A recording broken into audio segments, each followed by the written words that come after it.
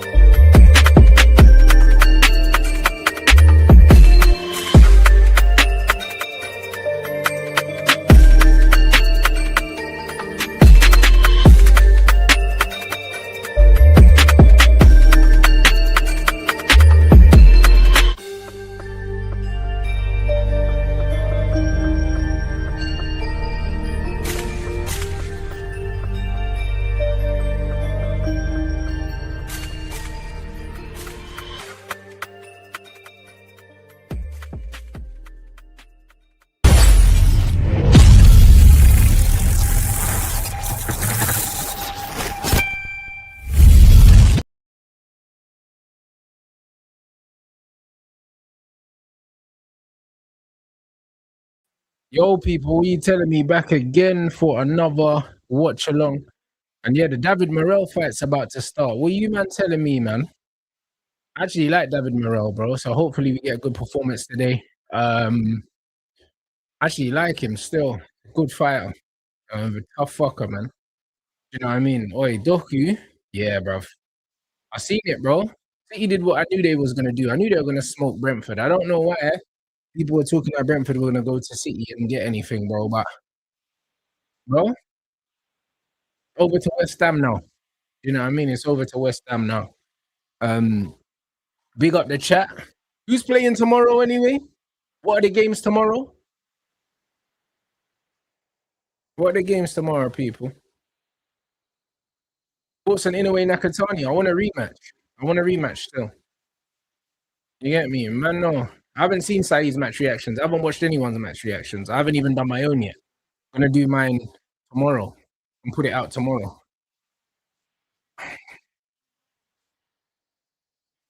El Clasico tomorrow. Maybe I'll do El Clasico. I'll put out my match reaction tomorrow and then we'll do El Clasico, bro. I went to eat my food and relax.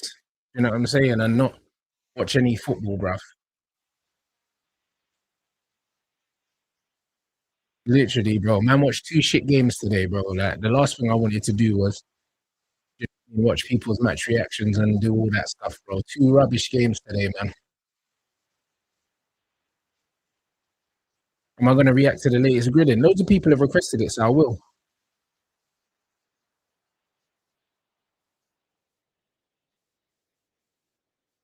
Yeah, I think Wardley stops him still, but I don't know. If it's the same Dubois that fights for AJ, then yeah, it could be a more difficult fight for Wardley. I could see a world where both fighters lose. It depends on which Daniel Dubois turns up.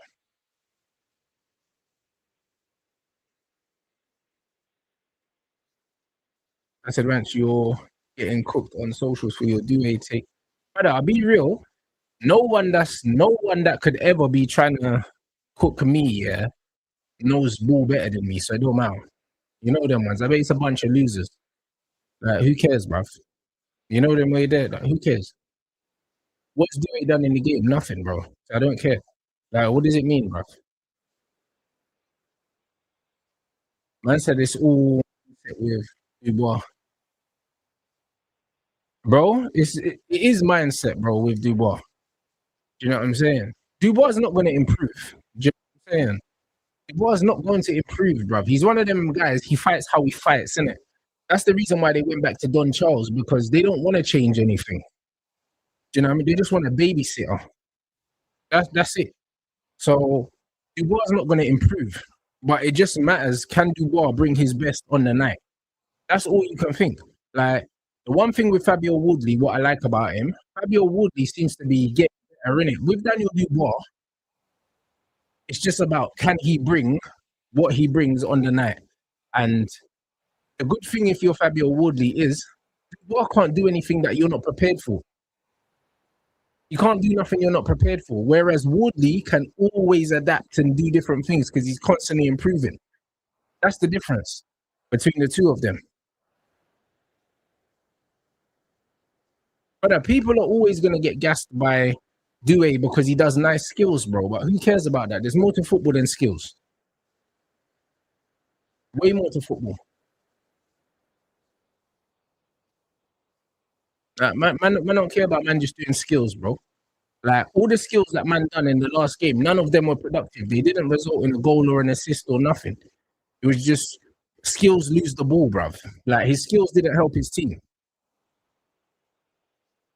Like, give me a player like Varaskelia any day of the week that doesn't do all the fancy skills, but he wins the ball and he gets busy.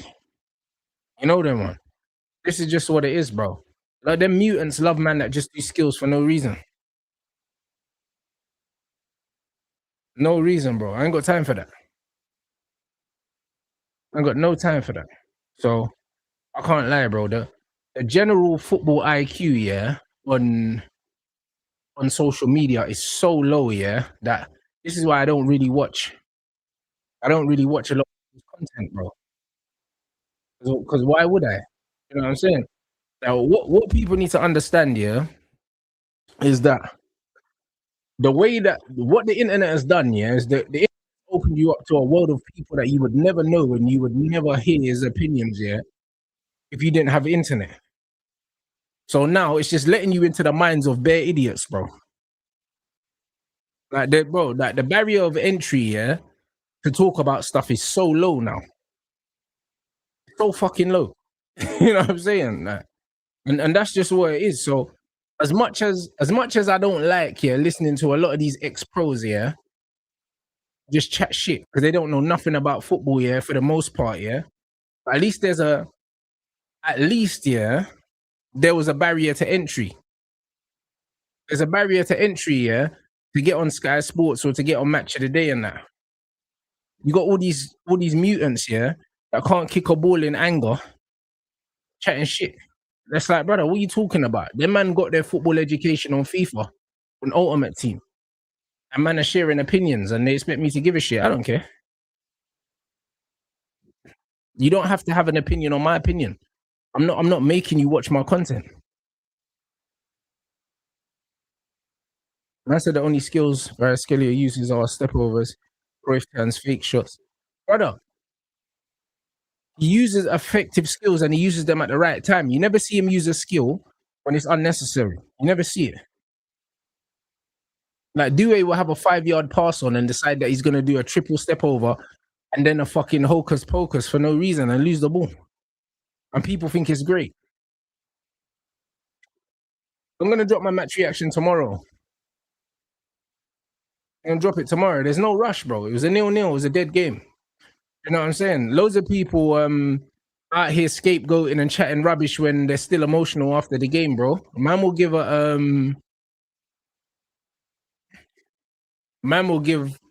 an honest match reaction, like with no emotions.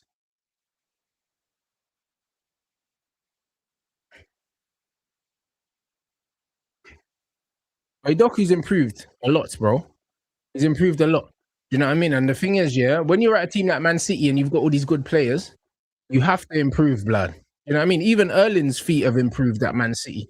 It's difficult to not improve, man, when you're doing rondos and you're doing keep ball with the level of players that these men are doing it with. You know what I'm saying? Like, it's almost impossible not to improve, blood. You know what I'm saying? Man, seeing Erling doing little link-up plays and little turns and that, he never had that in his locker when he went there. So, you know what I mean? Even if you improve 1% as a player, yeah, playing with those players, take you to a whole nother level. And Doku's definitely improved. And not only is he improved, yeah, but he's showing the improvements at a crucial time, blood. At a time where other people that are more established than him ain't showing up. And he's showing up, bro. And that's mentality. That's temperament. That's all these things that you can't teach. You get me? So, do you see what I love about David Morell, yeah? Is that this guy can box, yeah, but he stands there in the mid-range in that high guard, yeah, and he's catching and he's giving shots back, bro. Trust me, bro. I would love to be able to fight like that, but bro, I don't like getting hit, fam. I'll be honest, I don't like it. It's one of them one. I said, yeah, I have no issues with Doku right now. Now that, bro, like, he's playing so well, man. But yeah, David Morell's is a brilliant fighter, man. And he's got the Cuban footwork, but you don't use it, bro. Like, man's willing to just stand there, boom, and just try and get you out of there, innit? Like, he said that he used to, like, Mike Tyson was a favorite of his when he was growing up. And it's weird because them Cubans move a lot. So it's weird to see a Cuban that's standing there catching and shooting, because normally they're moving around. I thought Morel was going to beat Benavidez as well, but he didn't move as much as I thought he would move. He fought the wrong fight, in my opinion. If he actually boxed and moved against Benavidez, he could have beat him. But he's tried to fight him at his own fight. Do you know what I mean? And you don't want to stand in the pocket with Benavidez and trade combinations, bro. You don't. Do you know what I'm saying? He should have used more of his Cuban amateur style to fight Benavidez. But see, look at him, high guard, stepping in, pressure. And bro, it's a great fighting style to wear down your opponent. But I want to see him box a bit more as well. Like, he should mix it up a bit more, I think. He should mix it up a bit more. Man said he's got the boxer move in his locker. I think Benavidez' fight will help grow as a fighter. Facts, he does have it in his locker, but I'd like to see him use it a bit more. You know what I mean? He kind of just walks people down and bullies them. Not that that's a bad thing, but he's actually a very good boxer. Man said, where does Dubois go after if he wins tonight?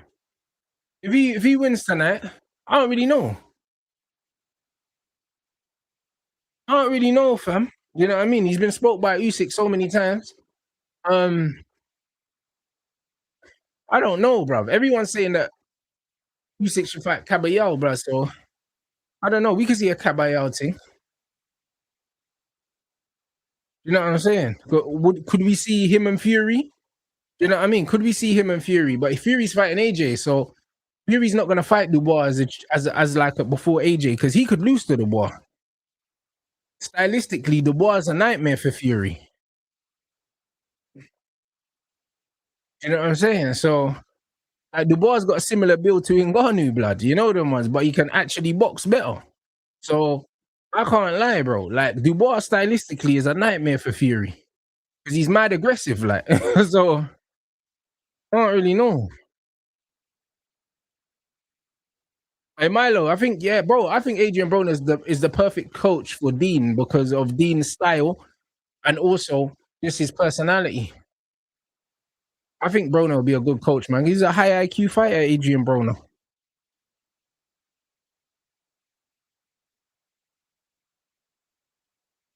Dubois is dangerous because there's not that much going on up here, bro. So he's not scared of no one. You know that, man? Because, bro, man ain't even got enough sense to be scared. So I can't lie. He'll be a nightmare for Fury. Because he wouldn't let Fury dance around and do all them stuff, bro. He just stick it on him. It's not that I don't rate Tyson Fury, but he's a 12-round fighter. He doesn't knock people out. He doesn't knock people out. And Daniel Dubois just carries a lot of power, bro. Look what Ngannou done to Fury, bro. Like, it's got... Like, bro, boxing is about styles. Boxing is not about skills all the time. Do you know what I'm saying? Like, just you might be like the most amazing technical boxer, but there's always a style, to diffuse a different style in boxing. Always. Always. You know what I mean? Most of the time, outfighters don't like real pressure. Like, they don't. Do you know what I'm saying? They just don't like it. That's why when you saw like Floyd Maidana and stuff like that, like even when you saw to a certain degree, when you saw Zepeda versus Shakur and stuff like that, Shakur had to fight Zepeda the way he fought him for the simple fact that when you fight a pressure fighter, that's not going to take a backward step. At some point, you have to fight them. You can't move for 12 rounds. You can't. At some point, you have to hold your feet and get their respect, whether you like it or not. Like, they force you to fight. And Usyk forced Fury to fight. You know what I'm saying? Because the pressure that Usyk has. That's why I knew Usyk was always going to beat Fury. Because Fury don't want to stay and trade with you. He wants to move around. Usyk just kept following him. And that's what Daniel would do. Daniel just got that in and out style. He's got his gloves up here and he just keeps putting pressure on you. Like, and he's bigger than Usyk. So, like, style-wise, he's a bad fit for Fury. He's a bad fit. Like, Wardley's better for Fury because Wardley will stay there. He'll feint. He'll stay on the outside, feint, and let Fury take his time. Like, Daniel Dubois rushes you. He rushed AJ. That's how he knocked him out.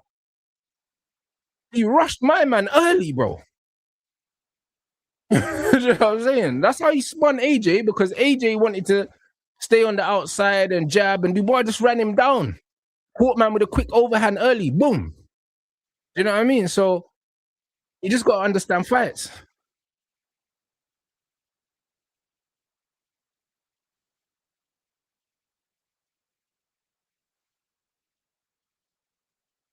Yeah, he just ran AJ down, bro, like he owed him money, fam.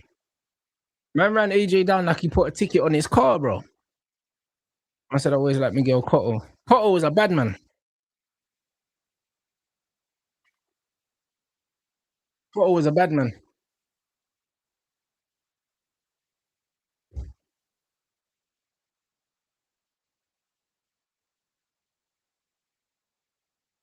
shots. Yeah, but that's what I mean. The overhand was crazy, bro. Styles make fights in boxing. It's not about who the better fighter is, bro. It's not about that. So that's why when I look at certain fights, bro, like certain fights are just better for certain fighters. That's it. It would just always be like that. I said, do you see a world where Dubois wins this? Nick and Shane are giving it to Wardley. I'm also giving it to Wardley, but I see a world where Dubois wins. If Dubois is in the right mental state and Dubois uses his amateur background and stays behind the jab and keeps the jab super active, he can definitely bother Wardley because Wardley gives rounds away. Like Wardley's not a guy who gives rounds. He's not. But Dubois has to keep a certain pace because Wardley does like to keep the lead hand low, set things up, feint. Dubois got to kind of ignore the feints and just pressure him. Do you know what I'm saying? If Dubois doesn't stay on the front foot and pressure him, Wardley will line him up, bro, for a fade, blood. He'll line him up for a fade still. But I'm giving it to Wardley just based on the fact that I believe someone has to get knocked out. And Wardley has shown that he's a lot tougher than Dubois. Like Dubois has shown that he's got quit in him. So, and I think one punch power, Wardley hits harder. You know what I'm saying? I think the hand speed's probably on Wardley's side. Foot speed might be with Dubois though, because his foot speed, his in and out speed is actually decent. Wardley probably uses the angles better. He gets his head off the line. He slips under shots. He could make Dubois walk onto something. But at the same time, yeah, bruv, Dubois is good at what he's good at. Do you know what I'm saying? He's really good at what he's good at. But he's got a lot of holes. But so was Wardley. This is why a lot of people think Wardley's going to get cooked as well. Mr. Dubois looks bigger. Could be a factor. It could be. It could be, you know. Like Deji, bro, Choo should be fighting soon, you know. He's a bad boy still. Bad boy fighter. Bad boy fighter still. But yeah, Dubois, I can't lie. He does look heavier still. He looks like he's got more weight around the midriff, like, do you know what I mean? He's got more of a belly. I'm used to seeing him a bit leaner. So I don't know. Like when Dubois is on his toes and he's bouncy, I think he's dangerous. If he's gonna plod forward and keep his feet, I think Woodley could line him up still. Like Woodley, like bro, technically, yeah, like bro, I don't rate Woodley's skills mad high, but this is heavyweight boxing. Again, like I have to reiterate, it's not about skills, it's about styles. Do you know what I'm saying? It's about styles. Woodley gets his head off the line, and he'll probably do it tonight as well. Like he's got the lead hand low. You'll throw the jab, you'll slip down, get under shots, like slip, throw the overhand and stuff. So he's not really there. Whereas Dubois don't really move his head. Like Dubois is there to be hit in it. And one thing about Ben Davison as well, yeah, Ben Davison is very good at analyzing tape. You know what I'm saying? He's very good at analyzing tape and setting up game plans, innit? And I think that they'll have a game plan for Daniel Dubois, and Daniel Dubois can't change, bruv. He's a very one-dimensional fighter. Whereas I think Wardley, yeah, can adapt because he's so young in boxing years that he's like a sponge, innit? So I think, yeah, that Wardley's more likely to surprise us than Daniel. Daniel's not going to show us anything we ain't seen before. Yeah, facts, bro. Them Benavidez flurries ain't working in heavyweight boxing, bro. They're not all that shit ain't working in heavyweight boxing. Man will line you up with one Ras club. Boom. You know what I'm saying? Man will line you up with one shot, blood, and your head's in the front row. That shit ain't working in heavyweight boxing. Tell you for free. That's the reality. That shit don't work. Don't work at all, blood. You hear Usyk, blood, when he hit Daniel Dubois, talk about Ivan and that, blood, and hit man with the big overhand hook thing, blam. You know, like that. That come like that fucking. That come like the thing they were shooting the dragons with in Game of Thrones, blood. Big machine, rude boy. Man said that ain't even working. That's not working against Bivol because Bivol moves his feet. Benavidez, yeah. Benavidez will piece up anyone that don't move their feet. He'll piece up anyone that don't move their feet. That's why if you watch his fight against Caleb Plant and against Andrade and them, man, yeah, they were piecing up Benavidez. And then their feet slow down because they get tired because of the pressure and they're the smaller fight. Benavidez gets them out of there. And that's what would happen to Canelo. Canelo would fight Benavidez. And because Canelo don't move his feet that much, Benavidez's pressure will just wear Canelo down eventually, bro. And you'll batter Canelo, bro. And not because he's a better boxer, but the size difference is crazy. Canelo's 5'7", bro. He's the height of a welterweight. So it's one of them ones that fight don't make sense. But any fighter that moves their feet can beat Benavidez, bro. Any fighter that can move their feet. But you have to be able to move your feet for 12 rounds. Bivol can move his feet for 12 rounds. He's shown it twice against Beterbiev. And Beterbiev's a better boxer than Benavidez. And I said, man, never talk about how much Benavidez gets hit because it doesn't matter because he's getting hit by people a lot smaller than him for the most part. You know what I'm saying? Like Beterbiev, yeah, hits like a horse, innit? You don't want to take that many punches against someone like him. You know what I'm saying? Because my man will I'll put you in the upper room with Claude and them, man, there, blood. You get me? Shots. Wilder needs to retire, bro. Wilder needs to retire, bro. And so does Derek Chisora. I think Benavidez goes down to fight Bivol. They're saying that they're talking about that fight, but I don't think that Benavidez wants that fight now because Bivol will land that Ip Man shit on him, bro. You know them ones there from the high guard. Trust me, a mad thing. I don't get hands and feet against Bivol. You get hands and feet, blood.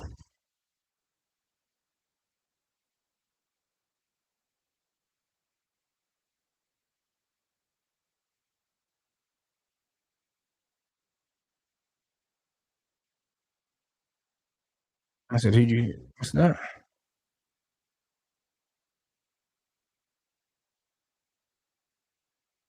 Oh, he doesn't want Usyk, bro. He doesn't want Usyk, bro. Turkey wants him to fight Usyk. He don't want Usyk. Usyk will beat the brakes off him.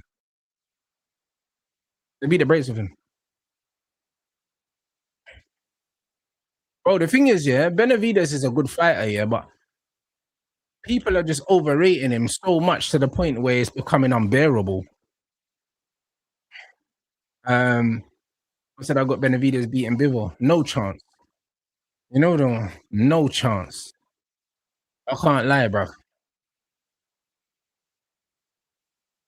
No chance, bro.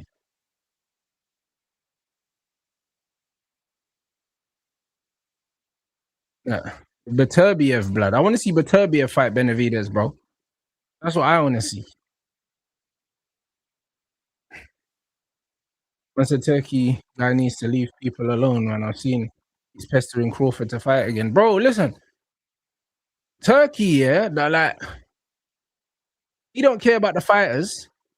It's just I can't lie. It's like you know, back in the Roman times when they used to just have the gladiators and they just used to send man in they used to just send man in the Colosseums to just kill each other. That's what Turkey's doing. Turkey don't care about the fighters.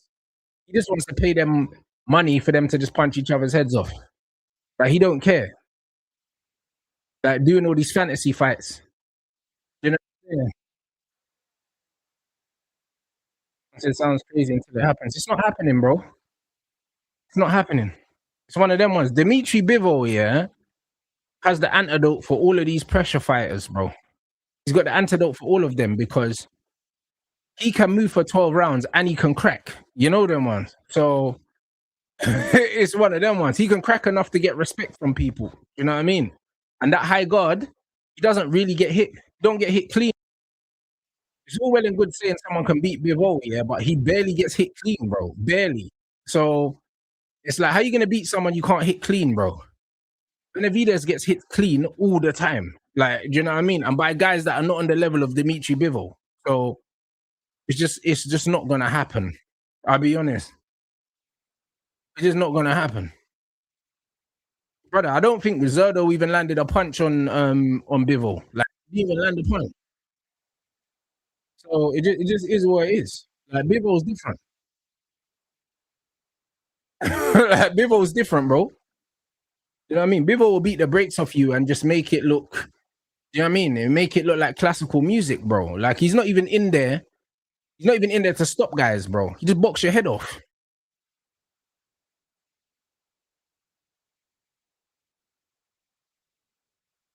And facts about that as well. You see, when you think about sparring as well, stylistically, yeah, Bivol is a nightmare, bro, because it's like, how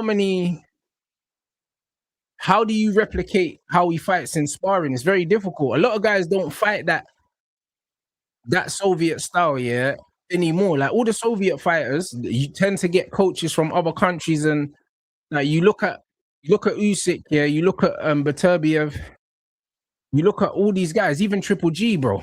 Like, a lot of them get Mexican coaches, or they do whatever, and they do different things. Like, Bivol's style is so unique to him. So unique to him, bruv. And he's kind of just picked up a blend of loads of different things. Like, he watched American boxing, but he still got that crazy Soviet style. It's very hard to deal with. It's very hard to deal with, man.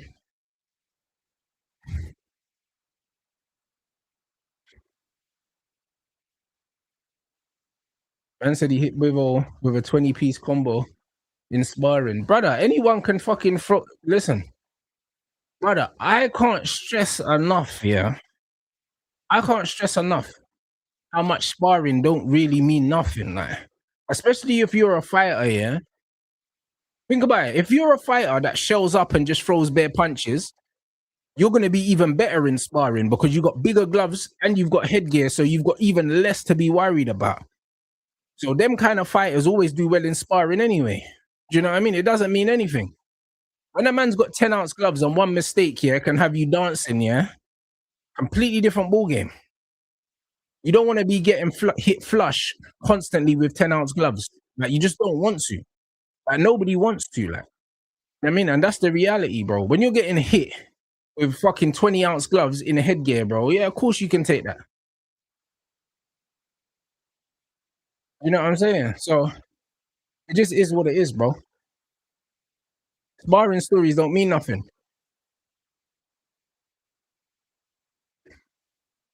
Yeah, in sparring, you're not really worried about what's coming back.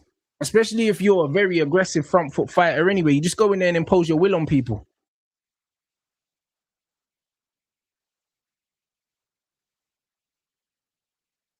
You know what I mean? Like, boxing is very much, yeah, I can't stress, yeah, enough.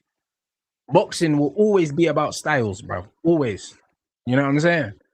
And this is why I say, yeah, like, I'll be honest, no matter what style, yeah, you have as a fighter, yeah, if you can't punch, it's peak, fam. You know them ones there. Because, bro, one punch changes a fight in boxing. So if you're not really a knockout guy, yeah, or you're not a guy that can get the respect of people, brother, you have to be perfect for the whole fight, bro. You have to be perfect.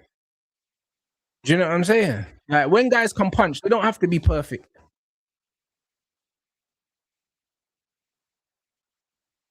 I say sometimes it's not the power, it's just getting hit continuously. 100%. This is what I mean. And this is what I mean. When you're getting hit continuously, yeah, in sparring with big gloves and headgear, it's not the same as getting hit constantly in 10-ounce gloves.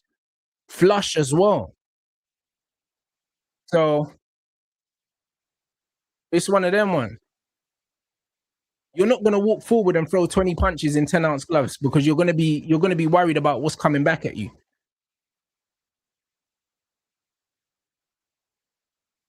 Am I saying about Spence comeback fight? Listen, I'm a big fan of Errol Spence, but I don't know how much he's got left. I don't know how much he's got left. He could easily come back and get weighed in, bro, but I wouldn't like to see that, bro. I'm a fan of Errol Spence.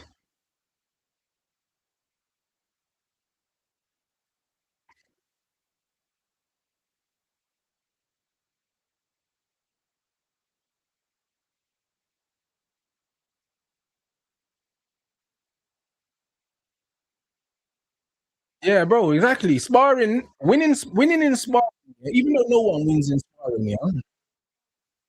Doing well in sparring is like winning the Emirates Cup, bro. It doesn't mean anything.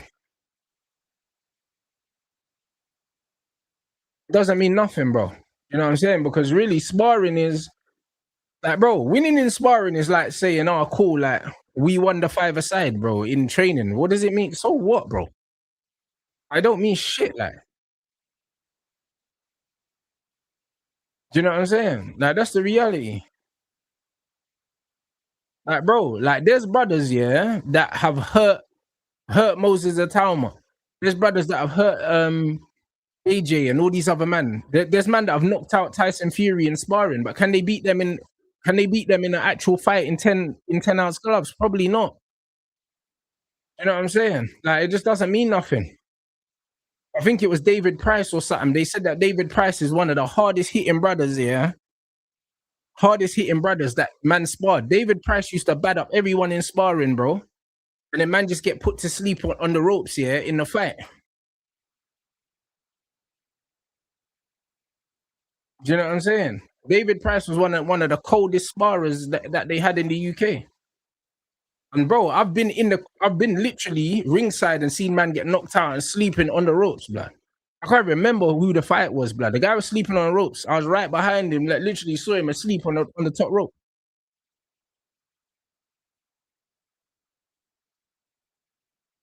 Yeah, I'm gonna do my match reaction tomorrow morning.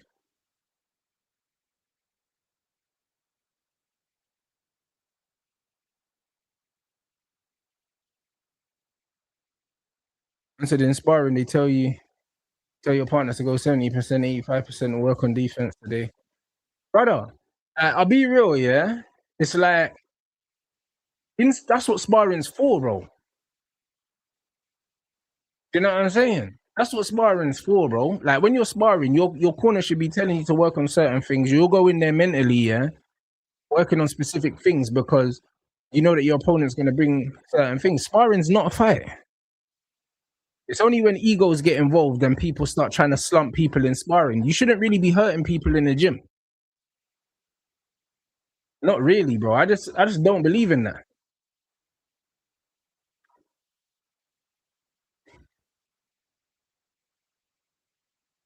You know them ones. Like man should hit man hard enough to know, yeah, that cool, you made a mistake. Punish the mistake. But you don't need to be trying to put people out. Do you know what I'm saying? You don't need to be trying to put people out. It might have been Povetkin, I don't remember. Because that was just one of the fights. I wasn't there for that fight. I was there for another fight. But I just remember Price getting laid out, sleeping on the ropes.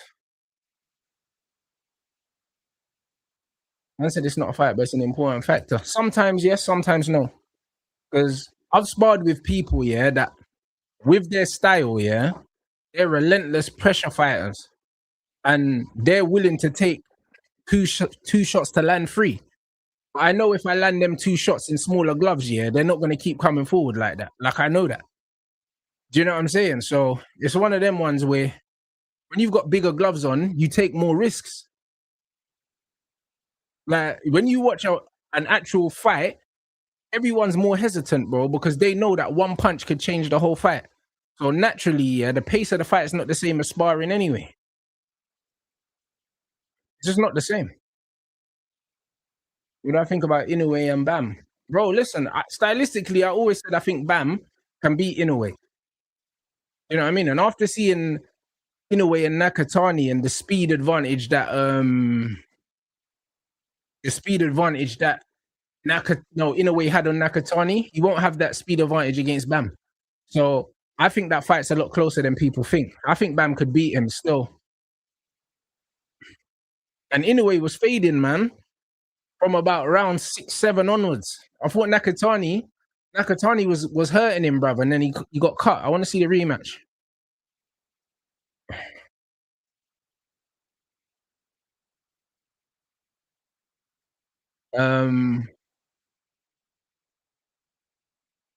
Nancy Benavides said all his sparring sessions are like real fights. So that's good for him, bro.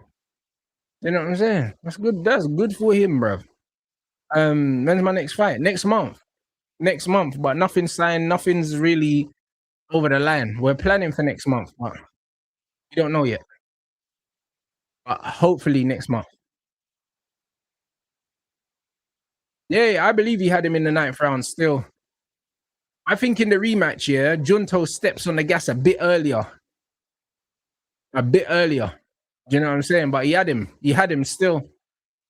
And he showed a lot of the things I knew he had in that fight. I just thought he could have stepped down a bit earlier. Yeah, Benavidez' brother got knocked out by Bud in the 12th round. It's a really good fight. Really good fight. Him and his brother fight the same. They just walk forward and just throw bare punches. Wait, did David Morell get caught? Brother, he got caught, blood. You see what I mean about David Morell? Like, good head movement. You see what I mean about David Morell staying... You see what I mean about David Morell staying in great head movement? You see what I mean about David Morell staying there when he doesn't need to stay there, and then he got clipped?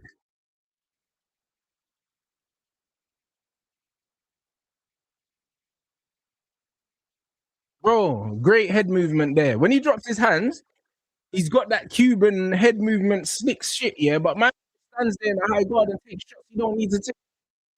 That's what it frustrates me about David Morell, because he's a sick boxer, bro, but man wants to do the high guard Mike Tyson thing, bro, like, just box. Nah, it's not a rematch with Penders. He turned down a rematch twice. I don't think he'll fight again.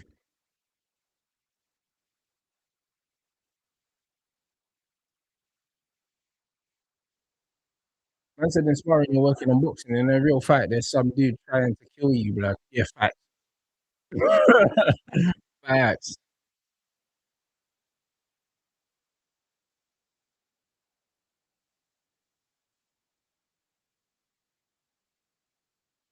But yeah, he turned down the rematch twice, bro. You know what I'm saying? So he ain't fighting me. He ain't fighting me. Like, to be honest, he knows if he fights me again, he's going to sleep, bro. You know what I mean? Because I make the adjustments that I needed to make. You know what I'm saying? Bro, even all the big talk, yeah, he was like, oh yeah, we'll run it back on Misfits, yeah. Bro, could have had the fight on Misfits. You know what I mean? Could have been on the Tommy Fury card, bro. Man got offered it. You know what I'm saying? He said no.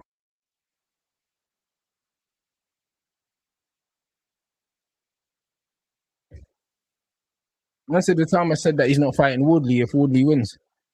Yeah, bro, they're stable mates. They got the same coach. They shouldn't fight each other. You know what I'm saying? They shouldn't fight each other. Like, you know what? Another thing I don't like about boxing as well, yeah? You know what I don't like about boxing? Man say, oh yeah, like it's only boxing. It's not boxing, bro. Like it's a fight, bro. Like I don't want to fight my friends, blood. Like I don't. Like, do you know what I'm saying? In the boxing world, yeah, man try and make man feel bad for not wanting to punch their brethren in the head. I'll never understand that. Like, why would I want to fight my brethren? Like, that shit don't even make sense. Like, you know what I'm saying? Like, boxing is bare dumb for that. Like, brother, if I'm cool with someone, why do I want to fight them, bro? And potentially render these men unconscious, bro. Why do I want to do that?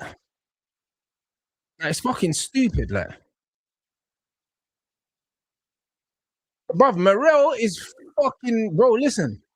I swear to you lot, yeah, if you go and you watch some of his older fights, this brother has Cuban footwork, bare rhythm, and all these things. The guy can box beautifully, but he stands in the pocket with his hands up for no reason, blood.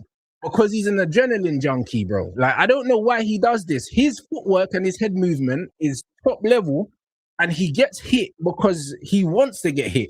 I don't know why. Because he could box like Lara if he wanted to. And he doesn't. Like, he wants to be fan friendly, but fuck the fans, bro. Like, you got family. And look, he's been knocked out now. Look at that. Look at that. You have to feel like he's in a fight. Now you got stopped by someone that should never stop you, bro. And you know what it is? You see boxing now, yeah? His career's fucked now. His career's done now. career's done now. You got stopped by this guy. Like, who's this guy? Like, you had a fight with Benavidez. Do you know what I'm saying? And now you've been stopped by this guy, bro. You know what I'm saying? That's crazy.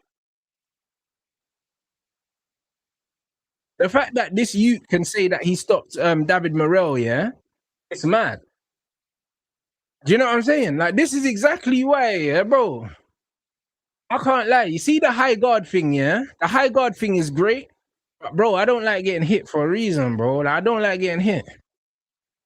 Like, bro, because this is what could happen. Because, bro, when you're in a gunfight with people, it's a 50-50 fight, you know?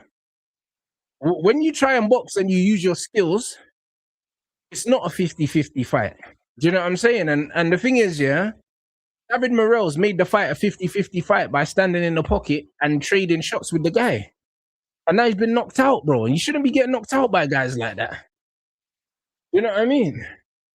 And I think, and the guy that he's fighting, I think he was a late step in as well. He was a late step in as well, bro. Like, I don't think that was his original opponent. Man said the time was mandatory for Wardley's belt. It don't matter. You know the ones there. It don't matter. I don't think he underestimated him, bro. That's how Morel always fights. He takes chances. You know what I'm saying? He takes chances and he doesn't have to take chances, bro. He doesn't have to take chances. And he did the same thing against Benavidez. He should have boxed against Benavidez and he tried to do the machismo thing, blood, and stand in the middle of the ring and trade with him. And that's exactly why it happened. The guy's 17, 3-1, blood. That David Morel is meant to be a world level fighter. He shouldn't be losing to this guy.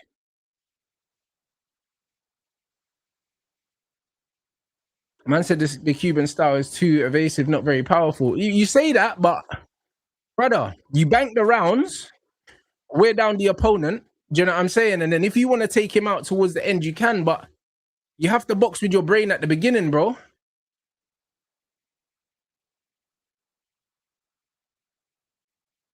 Right, man said he's a school teacher. You're taking a piss. You're taking a piss. Is man actually a school teacher?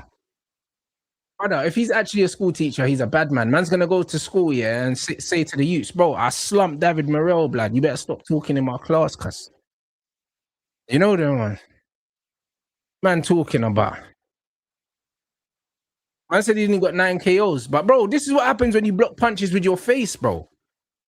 And this is why, guys, yeah, big man thing, yeah, I just don't rate the high guard like that, bro, because the thing is, bro, you know what's funny? You know what's actually funny? Like, there's a time and a place for the high guard, but the high guard has to be an active high guard, isn't it? Because the thing is, yeah, it's like when people, hey, blood, man said that, bruv, I just saw this comment and it's so real. If Abdullah Mason doesn't be careful, this will be him, the way he fights. 100%, John. And I'm a big fan of Abdullah, but he takes way too much punishment because he stops boxing and tries to fight people. You're 100% right. You know what I'm saying? And yo, it's one of them ones where, bro, it's one of the things. Man's gonna answer the questions in the chat. I love the boxing chat because man know boxing, innit? You man know ball, blood. Man said the high guard's meant to be used in feints, bro. You know what it is with the high guard, yeah? It's like, it's one of them things where it's a weird one, innit? Because if you watch bare knuckle, man don't fight in a high guard. Because them man know that they can't catch shots on their fists. So when you watch the gypsies fight, their hands are down here, they're moving their head and all of that. Boxing, yeah, a lot of men think, yo, if I catch shots on my gloves, yeah, I'm safe. But it's like, one, it obstructs your vision, so you're not safe. It slows down your reflexes, and also there's also blind spots anyway. So it's one of them things where it's like, as much as you get taught to keep your hands up, bro, man get knocked out with their hands up all the time. Do you know what I'm saying? Like, so this is what I'm saying. Like, it's very hard to find me a fighter, yeah, that has their hands up that ain't been knocked out, bro. Because they all get knocked out, bro. There's not many that don't get knocked out. There's not many that don't get knocked out. So whether your hands are up or down, you can get knocked out because the punch that you don't see is the punch that can knock you out. So you're more likely to see the punch if your hands are not in the way than if they are. But if they land, you're getting knocked out anyway. Do you know what I'm saying? Do you know what I'm saying? And this is the point. So Usyk don't get knocked out. You know what I'm saying? He don't get knocked out. But a lot of the time when guys don't get knocked out, it's not because of the high guard. It's because they've got good chins anyway. Do you know what I'm saying? They got good chins. Like Floyd's got a good chin. Gennady Golovkin's got a good chin. Canelo's got a good chin. They don't not get knocked out because of the high guard. They don't get knocked out because they've got good chins as well. Do you know what I'm saying? And also, they've got good eyes so they can see the shots. And this is the point. Like, there's a time and a place for the high guard, but you don't need to fight in it all the time. Even Canelo doesn't fight in it all the time. Sometimes Canelo's got his hands down and he's moving his head and getting under shots. Canelo don't fight the whole fight up here. He doesn't. He doesn't. You know what I'm saying? Same with Tank. Tank sometimes is up here, sometimes he's here. You know what I mean? Shakur sometimes is here, sometimes he's here. Like, bro, like your guard is supposed to change throughout the fight depending on circumstances. You don't just exclusively fight in the high guard, yeah, most of the time. Even Bivol drops his hands. Even he drops his hands and he fights out the high guard a lot. Crawford uses a mid guard. Like Crawford, when he's in the pocket, he puts his hands up, but Crawford fights with his hands down here. Sometimes he fights with a low hand, bro. When he fought Canelo, he fought with his hands low. A lot of the time, when he was in the pocket, he put his hands up, but he mixes it. Like David Morell just stands just there like the whole fight with his hands up, catching shots and trying to land one big shot, bro. That's why he got slept. I can't lie. That's why he got slept. Your guard is supposed to be fluid, bro. Like there's certain guards that are better in certain parts of the fight. If you're at long range, you don't need to have your hands up because you can't be hit. So what's the point? Do you know what I'm saying? Like when you watch Bud and them, man, they only really have their hands up like that when they're in the danger zone. And that's what it is. And sometimes when you're in the danger zone anyway, if you've got good eyes, you don't even need to put your hands up. You don't even need to, bro. So it's one of them ones where a lot of men do it because they're lazy, bro. A lot of men do it because they're lazy, bro. And they switch off behind that high guard because they think they're safe. And that's how David Morel got knocked out. Because my man had his hands up, yeah. He didn't even have his chin tucked and he didn't have his elbows in. He didn't have his head down. Like, man's in the high guard, but his chin's up and he just got hit round the side. So it's like, bro, I can't lie. And that's why people that don't understand, yeah, people that don't understand boxing, when their default thing is like, oh, put your hands up. David Morel had both hands up, got knocked the fuck out. Like, there you go, knock the fuck out with both hands up. Do you know what I mean? So the whole point of that shell is supposed to be like a turtle shell. Elbows tucked into the body, into the rib cage, head down, boom, boom, boom. Nice and tight. Man's got his hands up here. Bro, there's bare openings around the side, whatever. It's not even a proper high guard. Like, I don't know what, just hands up. Just hands up, bro. Bare openings on that. Man might as well have been up like this. I might as well have his hands in the air like this, bro. Man's chin just got cleaned off. That's what I'm trying to say, bro. Chin just got wiped out, bruv. Do you know what I'm saying, bro? And that's for all the hands up merchants, bro. That's for all the hands up merchants in the comments. Oh, hands up, brother. Boom. Chin gone, blood. It's crazy, bro. Move your feet in it. Just try not to be there, fam. Try not to be there.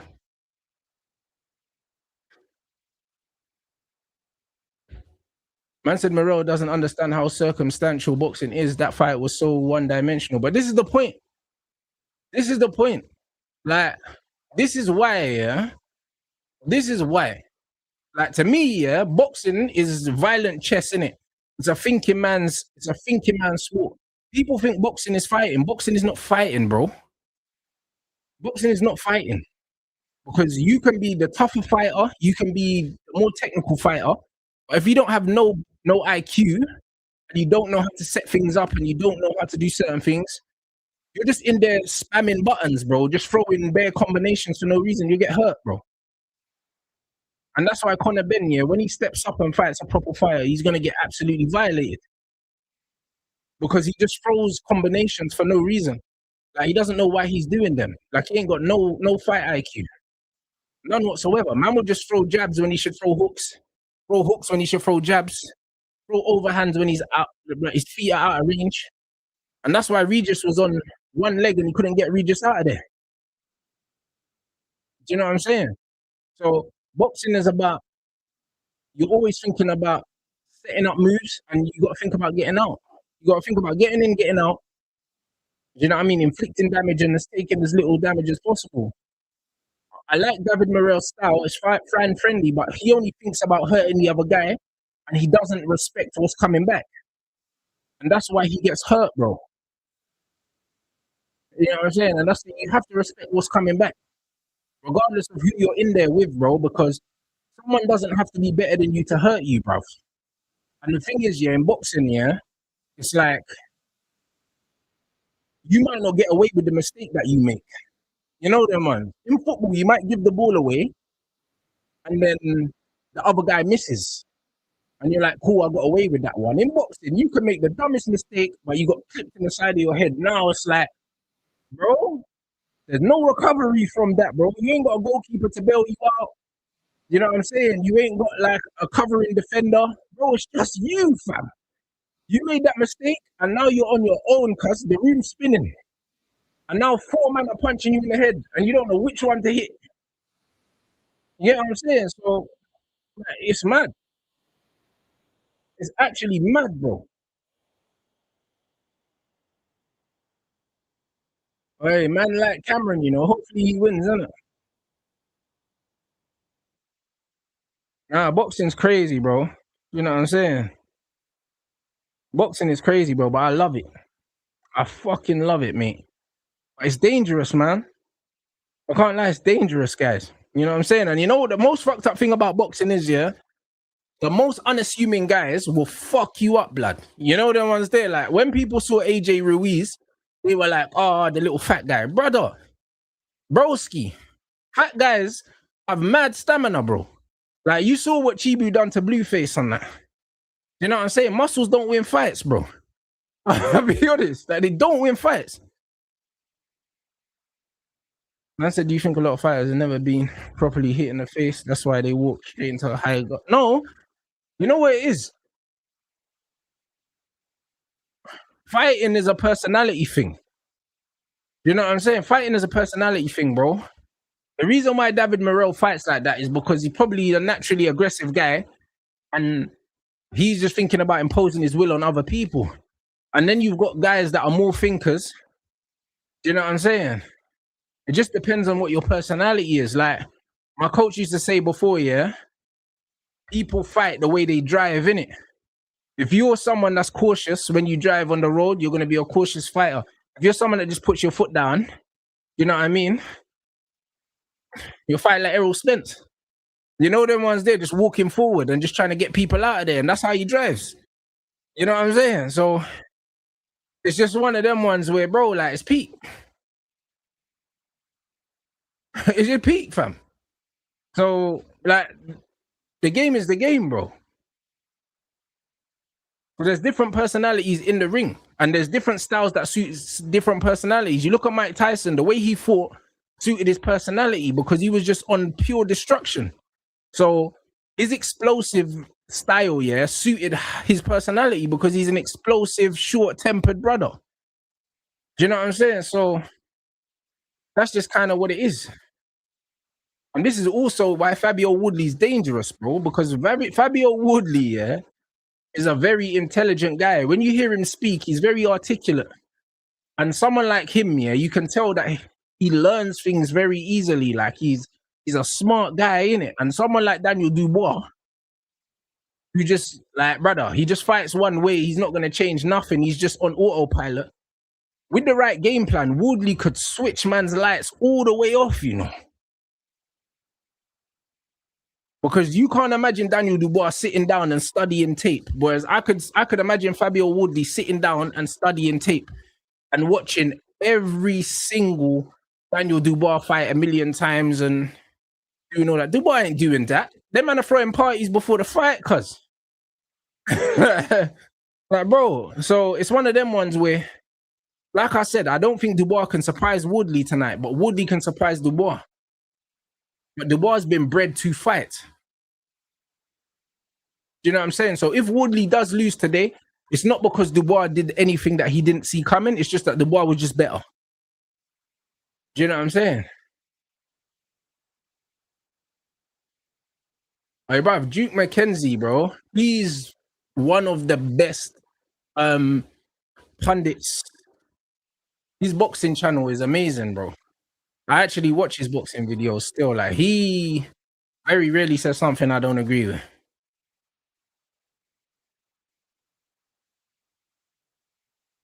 Proper guy, man. Proper thinker. Do you know what I'm saying? And thinking fighters are dangerous fighters because shot selection is very important. Would I think of Carl Foot? Yeah, man. Yeah. You get me? So whatever, man. I wasn't a big fan of him as a fighter. And you know what I mean? As a pundit and that, he's all right. Do you know what I'm saying? He's all right. I can't lie. I don't find him as funny as other people think he is. But just one of those things, man. But stylistically, he wasn't my kind of fighter.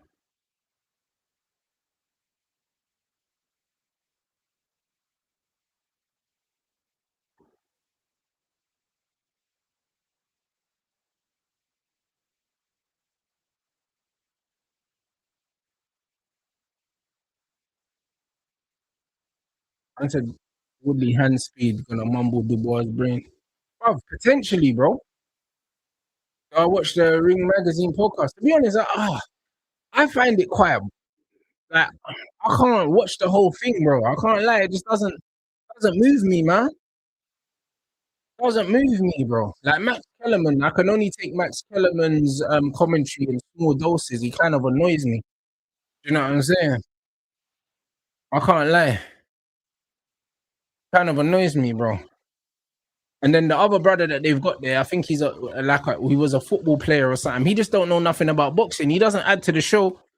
Like I'm not really a fan of that show. You know what I mean? I watch it more for the guests. And Devin Haney he's boring, bro. Like Devin Haney, he's a cool youth, he's articulate and everything, but he's boring. Like you get me? He's not entertaining, bro. His dad's the entertaining one. So they might as well just send Bill, blah. No, they might as well send Bill, bro. Because I saw him and Tio was on that one, and just whatever, man.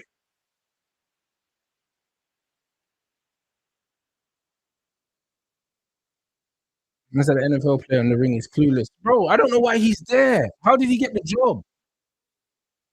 You know what I mean? How did he get the job? All right, we're off now. Come on, Cameron, bro. He's got 7 losses. I'd love Cameron to win this, you know. All right, 1 second, people.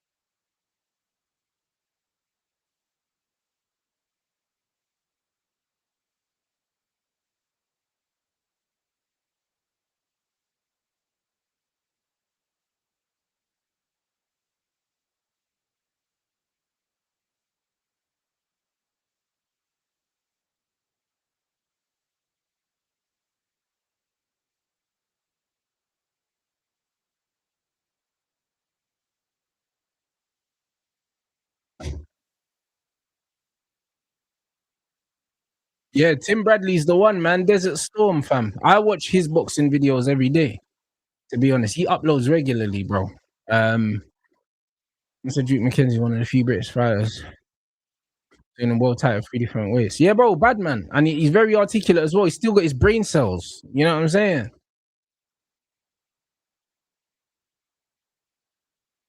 I said, I can't believe Morel was so low on the card. Me neither, but bro, the way he got knocked out, he deserves. He should have never been before Cameron, but bro, the way he fought, bro, I can't lie, he's not getting on a big show again. Greg Hackett's, he's very good, you know. I like him. He's very good. He actually fights as well. I think he fights like white collar as well. I've seen a few videos of him fighting.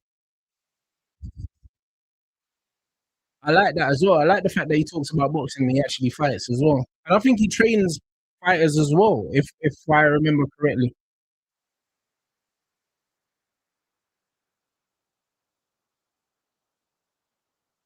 I think he trains fighters. I don't know who this what's his name? Rio Ray or something. And I don't know who he is, blood. I can't lie, but I'm assuming he's the favorite because they definitely didn't give Cameron this fight because Cameron's supposed to run him over. Do you know what I'm saying?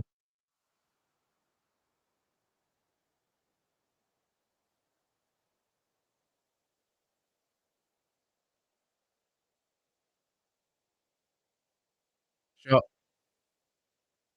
Gotta move your feet, man. See? Now look at that. What I tell you, man, bro? Well done, Cameron. Good head movement, man. You see that? Man had the high guard up, bro. A man's head was still getting pop, pop, pop, pop, pop, pop, pop. Yeah, bro. Allow it, man. Peak, fam. I said, who I think wins, Hearn or Dana White? Brother, I think Dana White's on steroids, yeah, first and foremost. And secondly, Eddie Hearn can actually box. So it would be a good fight. You know what I'm saying? So I've seen Dana White mix it up a little bit, but he's got that little short, stocky thing. And I think Eddie Hearn could just stay on the outside and win still. Eddie Hearn's like 6'5" or something like that. So how long to the main event? I think the main event probably be, I think there's one more before the main event. I think the main event's probably going to be at like 10:15 or something like that. Sure. Cameron got caught, clipped on the side of the head there.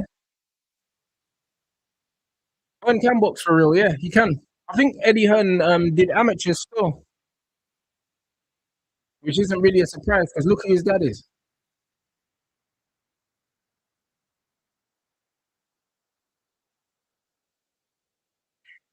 I said Dana White. I said the reason why he's in good shape is because of the water fast. Nah, Dana White's on drugs, man. He's on steroids. You can tell. Little meathead, bro. Cameron best be careful. He might take a nap. Yeah, I think Cameron gets stopped here, man. I can't lie. This guy looks very confident. Very confident, bro. I can't lie, man. And Cameron's already, you know what I mean? Cameron's already on the back foot, moving around. I think he probably goes sleep in this fight. Probably goes sleep, man.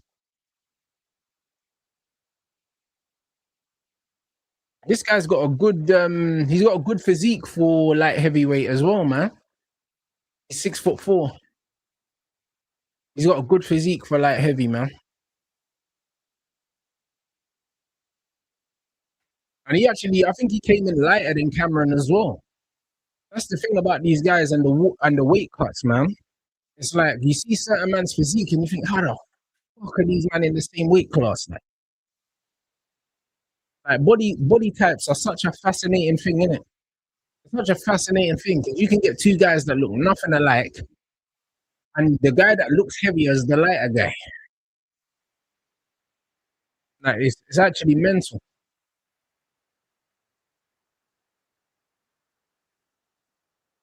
That's what I'm saying, Nick, bro. His only loss was Benavides, bro. Then he went and lost to this youth lad that already had 3 losses or something like that, bro. Like, there's no way David Morell, you know what's so dumb as well? You see when man talk about fight IQ? You see when you get a late replacement like that and you're David Morell, you're supposed to go in the ring, box, don't take too many risks because you haven't prepared for this fighter, win the rounds and go home. You don't go in there and try and fight fire with fire and trying to get this guy out of there because you're the guy's FA Cup final. Like, you're the guy's FA Cup final. He's got nothing to lose and everything to gain. Now he stopped David Morell. He's going to get a big payday now. He probably got a big payday for this because he stepped in last minute. But now he's going to get a fight he probably doesn't deserve because you've got your name on his resume now. So It's crazy. Yeah, Fox is. Hey, he's a big lightweight, Fox. You know, he's a tall youth, bro. But that's just his frame, bro. He doesn't put on too much weight in between fights. Fox is a big guy, man. A big lightweight, and he's very strong as well. He's very strong. That's my brother, man.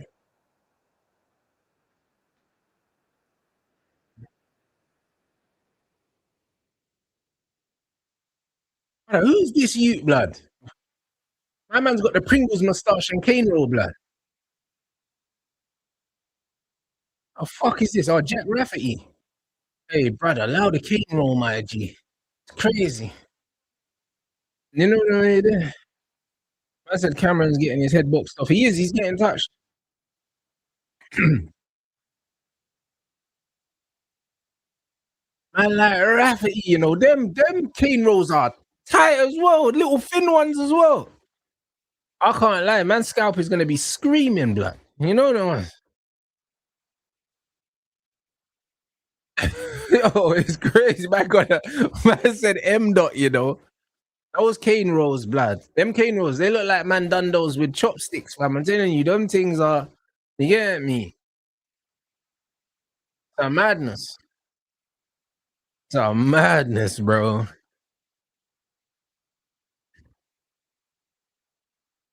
All right, someone in the chat asked me about Shock and Ray Ford as well. Obviously, I want Ray to win, innit? Again, I like Shock. Shock's a good boxer, but styles make fights, bro. Styles make fights. So it depends on how Ray fights. I think if Ray fights a certain way, he could beat him. You know what I'm saying? But also, if Ray fights a certain way, he can lose. I think it depends on how Ray fights, because Ray can box and he can fight. Do you know what I'm saying? Because I can't lie. When I watched the Conceição fights, yeah, I was not impressed at all. I was not impressed at all, bro. I thought he looked rubbish. And again, yeah, styles make fights, bro, because Shakur made Conceição look like an amateur. So it's one of them ones where, again, like styles make fights. Some fighters are tailor-made to make certain man look good, and some man just look bad against certain styles. You know what I'm saying? It doesn't mean that you're better than this fighter or this fighter is better than you. Just certain styles you don't gel well with. I think we've seen the last of Anthony Yard. Not Anthony Yard will fight again. For sure. Even if it's at European level or domestic level, he'll fight again for sure. Like we've still got the Buatsi fight. We'll still get that.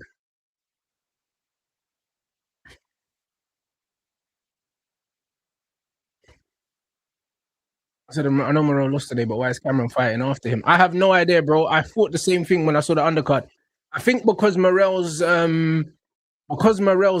original opponent pulled out, I think they moved him down the card. Still unsure of Ray Ford. He fails to really impress me.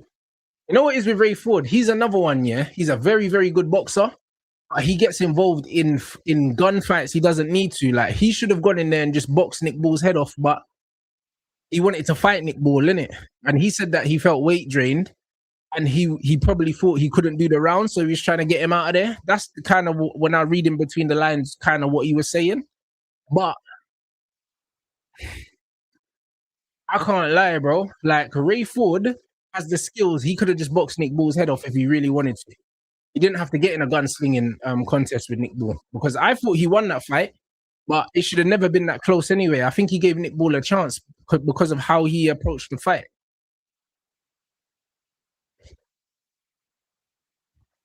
Yeah, Cameron needs to move his feet. Yard versus Whitaker. I think Whitaker might see it as the perfect time to fight Anthony Yard, but bro, Yard is still dangerous, bro. I'll be honest, because Whitaker does make mistakes.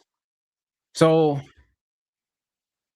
Yard is still dangerous for Whitaker, but the foot speed and the hand speed is definitely with Ben Whitaker now. And he's got an insane reach advantage. So maybe Whitaker might see it as the perfect time to fight him. And it's a good name on the resume. I don't think we see that fight, though. I'll be honest. I don't think Yard's got anything to gain from that fight. unless it's big money. And I don't think that fighting Ben Whittaker right now is bigger money than fighting Buatsi. Like, I don't know who wants to see Whittaker yard more than they want to see Buatsi yard. Like, there's no backstory there. Do you know what I'm saying? So, I don't know. But I like Andy Lee for Ben Whittaker. Because Andy Lee's style, yeah, was a great style. Do you know what I'm saying? It was a great style, man. And he's been in the Kronk gym and that. And he knows how to teach people how to punch and get people out of there, bro. And I think the same with Hamza Shiraz as well, bro. He's gonna make Hamza Shiraz dangerous because that Kronk style, yeah, with the long limbs that Hamza Shiraz has, be fucking dangerous, bro. He'll be knocking people out.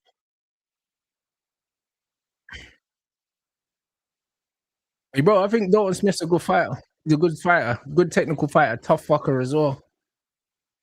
He's just in a tough division, man. In a tough division, I can't lie. I don't know how long he holds on to the strap for, but I think he's a good fighter.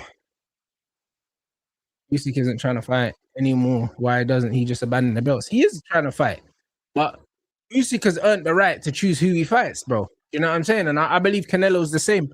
I believe Canelo should fight who he wants to fight because Canelo's had so many fights. Usyk's had so many fights. Look, that's the shot. Ooh, Cameron's down. Usyk's had so many fights. He should get to choose who he's fighting because it has to make financial sense for him. He's not fighting for legacy. He's already got legacy cemented. When fighters have legacy cemented, yeah, it's over. Throw the towel in. Yep, it's over. Someone in the chat said round 4. KO as well. You were spot on. You were spot on. Like, what people need to understand, yeah, like, if you're not fighting for legacy, yeah, you're not fighting for belts, you already have them, then you need fights, yeah, that are gonna excite you, innit? And when you're Usyk, there's no fights out there that excite him. He's already knocked out Dubois, and he knocked Fury out, regardless of what people are saying. You know what I mean? The ref didn't stop it, but he knocked Fury out. And he beat AJ. So there's no exciting fights. If you're Usyk, yeah, when you're looking at heavyweight, yeah, there's no fights that are exciting for the legacy apart from Deontay Wilder. And Deontay Wilder is not the Deontay Wilder of old. So it's one of them ones where people are saying, oh, Moses ain't a big name, bruv. Moses is building himself up to be a big name. And Usyk's nearly 40. Moses is not in Usyk's generation, so Usyk don't owe him a fight. Do you know what I'm saying? Usyk doesn't owe Fabio Wardley a fight either.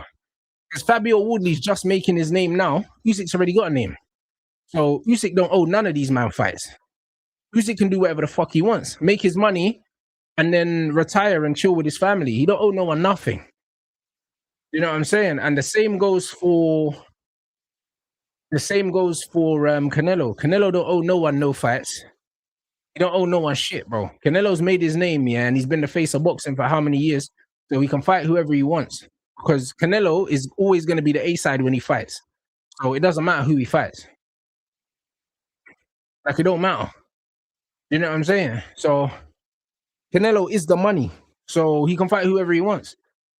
And it was the same with Floyd. When Floyd got to a certain level, once you're always the A-side, no matter what, you can fight whoever the fuck you want to fight. So it just is what it is. I think a lot of people don't understand. A lot of boxing fans, yeah, don't understand the thought process between fighting, yeah, of fighters because they have never been in a proper fight.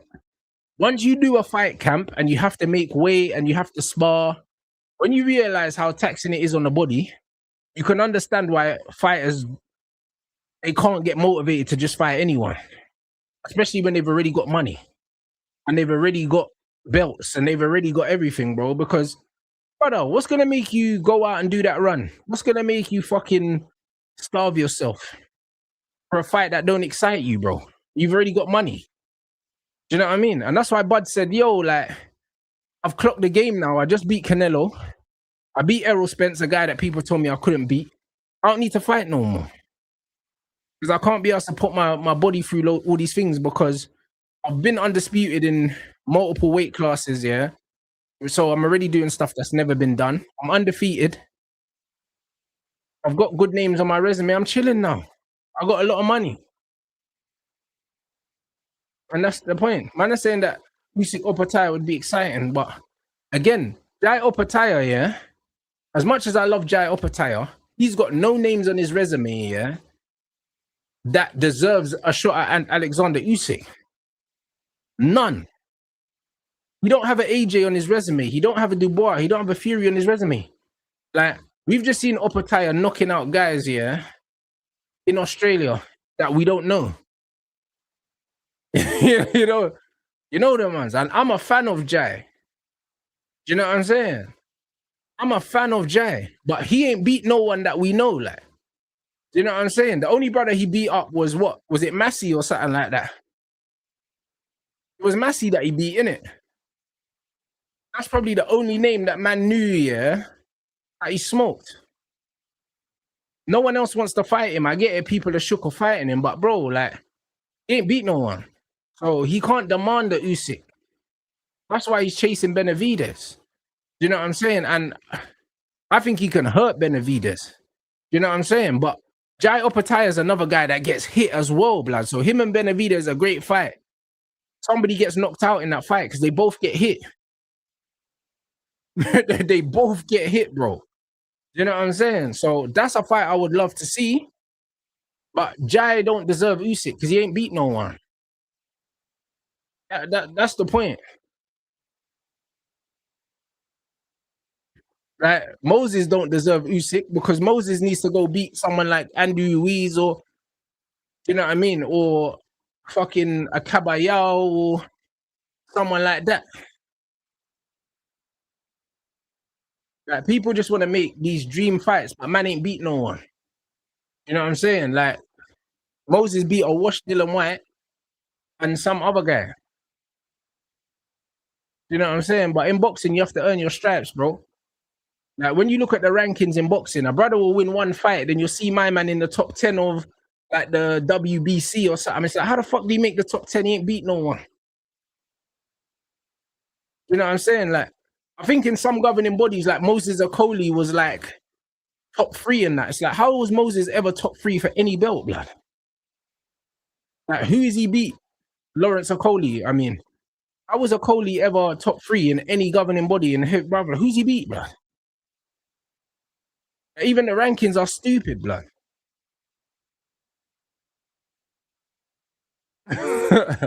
Man said Callum Smith would actually put it up to Morel, you know. Bro, Callum Smith, yeah.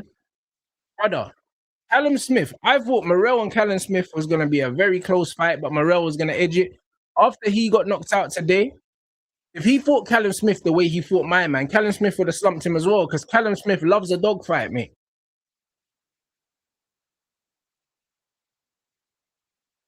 Exactly. Moses is #1 WBO contender, and he ain't beat no one. This is exactly the point, guy. This is exactly the point. So these boxing rankings are bandulu. And this is also why, yeah, I respect people like Floyd. I respect what Keyshawn's doing and what Shakur and them man are doing. Them man are saying, bro, we don't care about the belts, man. Like, man don't care about being undisputed. I just want my money fights so I can make my money and then retire, because I can't lie. Trying to unify titles and all that, all the politics in boxing, bro, like, it's bullshit. It's bullshit, bro. Just take the big money fights. Just fight the names.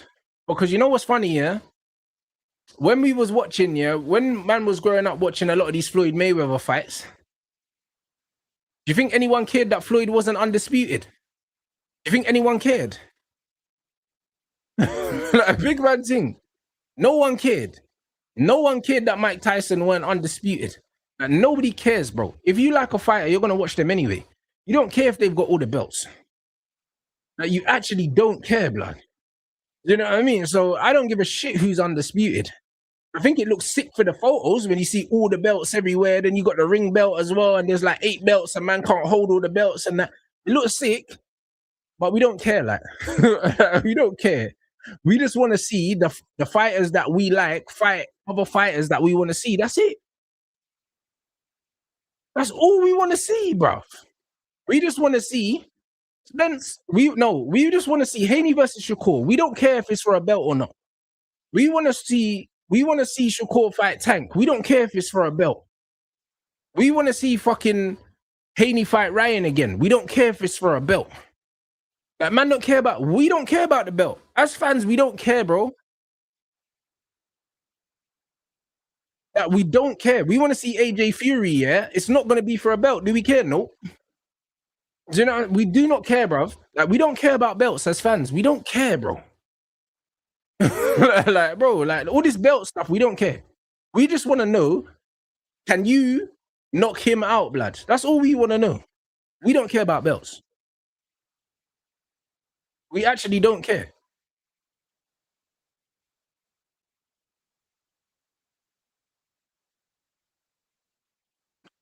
My brother, imagine, yeah. Like, for instance, they're saying, yeah, people said they wanted to see Adam Azim fight Dalton Smith. And then certain men are saying, oh, they should both win belts and then make the fight worth something. Bro, the fight's worth the same. Just knock him out, innit? Belt or no belt, it don't matter what it's worth and that. If you can get the money now, you can fight. We don't care if it's for a belt or not. You know what he said? Like, we don't care, like. You know what I'm saying? If getting the belt is going to mean that you can get more money for the fight, cool. But if the fight's worth bread anyway, because the way I see it is, yeah, if Haney and Shakur have a belt or they don't have a belt, that fight's still a money fight, regardless of if there's a belt involved. You know what I'm saying? Like, Fury and AJ are going to get the bag because it's Fury versus AJ. Belt or no belt, it's still money. It's name versus name. It's not belt versus belt. The belt doesn't make the fight worth more money. Like, it doesn't. That's not how boxing works. So we don't care if you got a belt. Just fucking fight, like. This fucking fight, boy. Brother, Kell Brook and Amir Khan fought at the end of their careers and made loads of money. No belts on the line. And we still watched it. Because we wanted Kell Brook to smoke Amir Khan for like 10 years. That's the reality. We don't give a fuck about the belts. Do you know what I mean? Man are watching Floyd Mayweather fight Deji, fam. That man are gonna watch fights.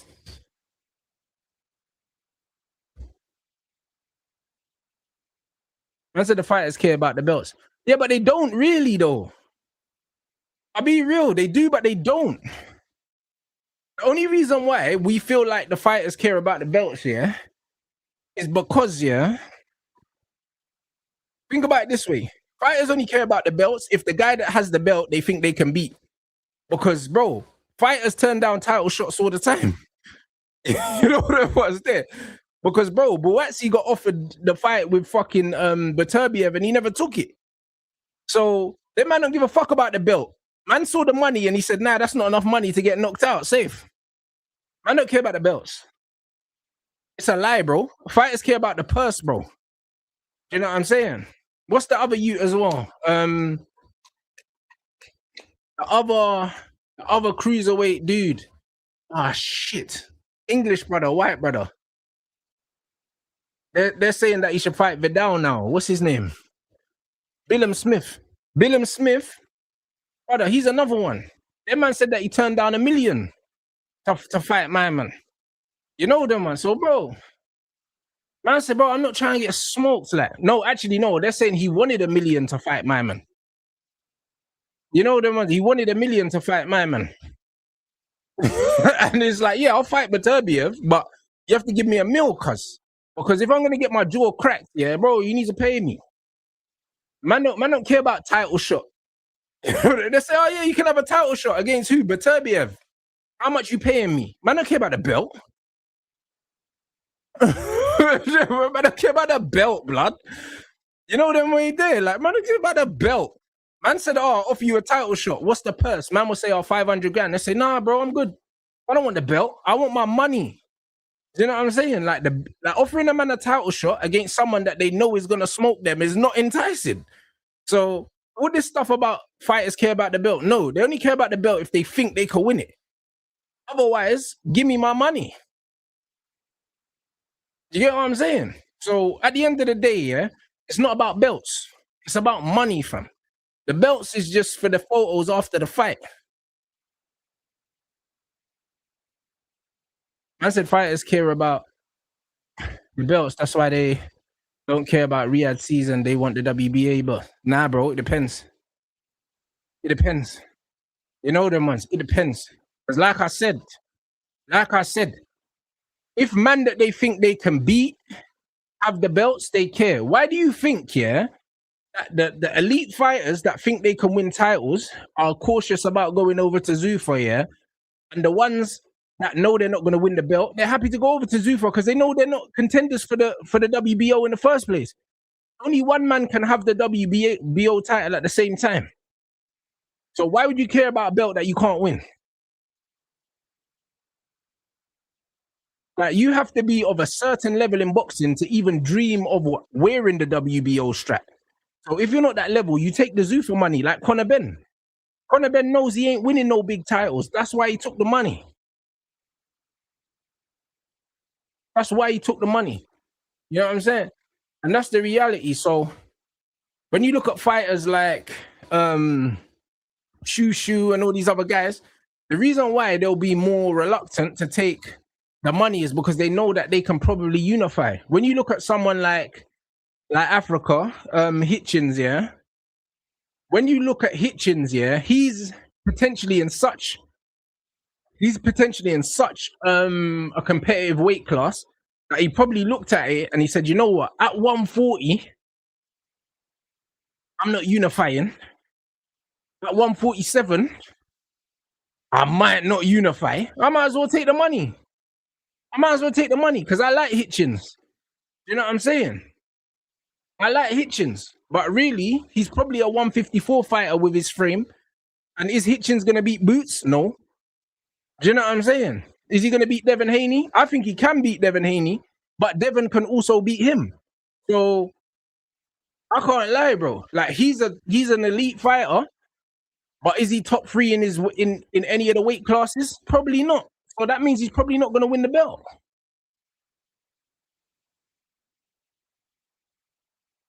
Unless you're moved very, very strategically in boxing, there's a chance you'll never ever win a world title. Unless you end up on a vacant thing. Do you know what I'm saying? So it's one of them ones where man that don't think that they're gonna win a world title, they just dip. Man said, why are United fans overreacting to this draw? Brother, because they're idiots, man. That's what I haven't looked at no one's match reactions. I haven't been on Twitter, nothing, bro. Literally, I finished the game. I just calmed down. I went and I ate some food. And I was chilling. I was watching the prelims to this. Now I'm here. I haven't watched any more. I haven't taken in any more football content. I just don't care, bro. Do you know what I mean? The United fans are dumb. These were the same man saying, give Amorim time, even when we lost the final. Now they're talking about style of play. A point away from home against Brentford. I mean, not Brentford. Against Sunderland, a team with a good home record, yeah. When we've got no midfield, it's a good point. It's a good point. We keep it moving, mate. Who cares, bro? We're third in the league. 6 points clear Liverpool. So what, bro?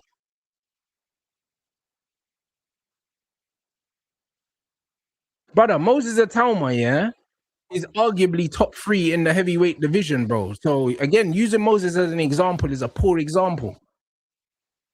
It's a poor example.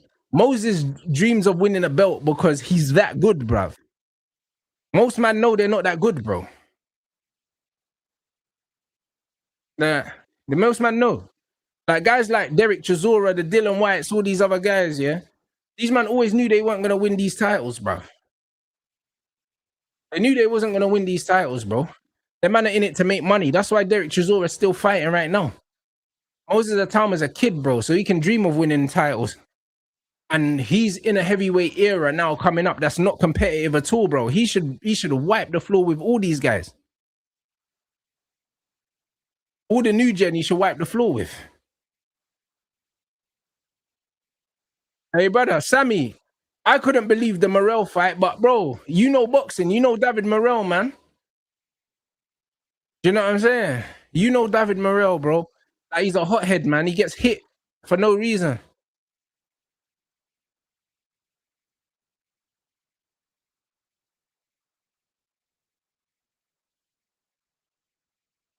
He said, nothing, man. I can't have football convos with him. Usually, them I never kicked a ball seriously themselves, bro. That's what I'm trying to say. Bear man just chat rubbish, bro. Man said Atama should take the winner of Torres and Sanchez. Bro, Atama turned down a fight with Sanchez before, though. He was meant to fight Sanchez before. And I think he either turned it down or he pulled out the fight. I can't remember now. Man saying Shakur's going to sign to Zuffa. You know why? Because Devin Haney's signing to Zuffa, bro. And them man have probably been offered loads of money to fight each other. Like I said, they don't care about belts. I literally said that before. I said the reason why Devin Haney and these men don't care about belts is because they care about money fights. Same with Floyd. If they say to Shakur and Devin, yo, we're going to give you 100 million, yeah, for 5 fights, and in one of them fights, you have to fight each other, they say safe, cool. Conor Ben's over there. You lot can fight Conor Ben. You know what I'm saying? And that's what they're going to do, bruv. This is what I'm trying to say to you, bro. Them man care about money. Fuck the belts. Them man know they could win belts as well. They know they could win belts because they're some of the best fighters in boxing, bro. So the belts don't mean nothing to them. They're trying to get paid, blood.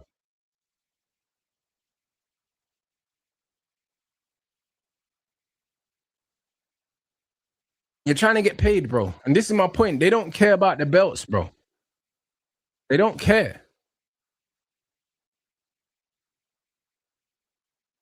I should have dealt with him like he was supposed to. Yeah, he was playing with his food, bro. And the thing is, in boxing, man are just dangerous all the time. I big up the chat. This fight's about to start now. We got the penultimate fight now, bro. And some predictions, bro. To be fair, I don't even care who wins in this fight, bro. I wanted to see the David Morel fight and the main event. That was it. That's literally all I wanted to see, bro. And I never thought David Morel was gonna fucking lose. I said I want to see Shakur versus Ryan. I'm probably gonna get Haney and Ryan, bro. Ryan will probably go over to Zuffa as well. Watch, they'll sign Ryan, they'll sign Devin, they'll sign Shakur. They'll get all of them and they'll get them to fight each other.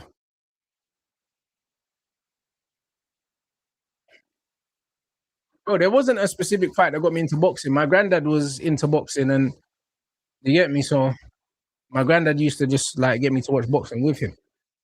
You know what I mean? So I got into boxing from a very, very, very young age.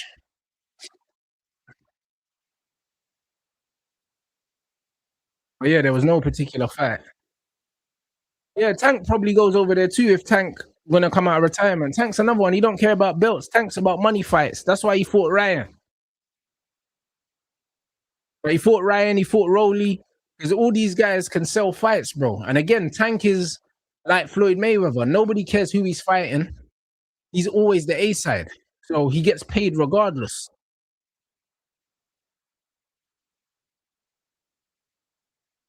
Yeah, Evan, I agree.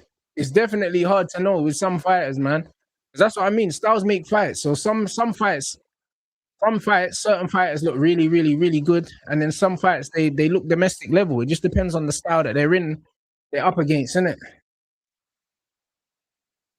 Jab.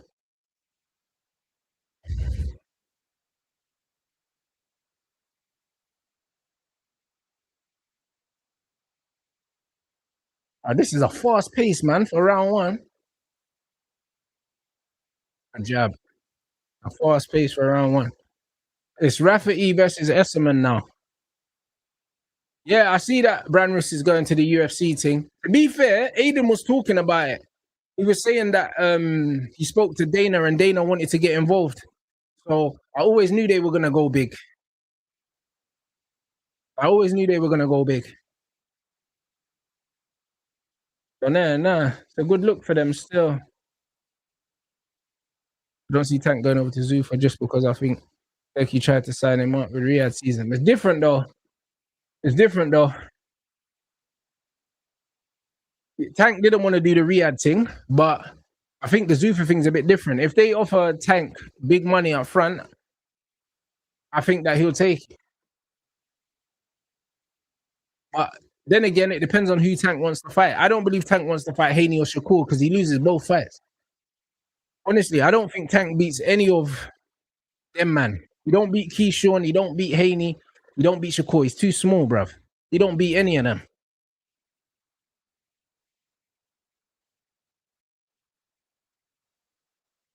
Hey, bro, we're not signing Edison Ice, man. You know what I mean? That's Edison's agent. Agent doing it. Bro, Tank couldn't even beat Lamont Roach. He lost that fight. Tank's too small to fight all these guys. You know what I'm saying? Even when, like, brother, even when you look at the Tank fight against what's his name? The youth that Ryan Garcia just beat for the belt. Oh man, fuck is that youth's name?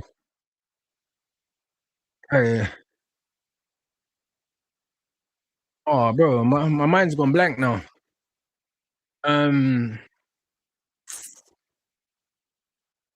Well, one of you lot will tell me anyway.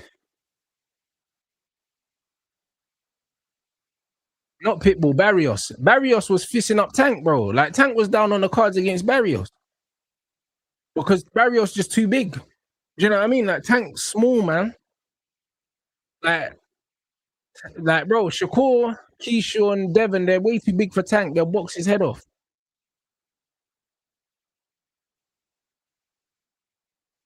I said, is it true that if you load up on carbs in the morning, you burn them throughout the day so you don't gain weight? Nah, that doesn't really work. It doesn't work like that. It doesn't really matter.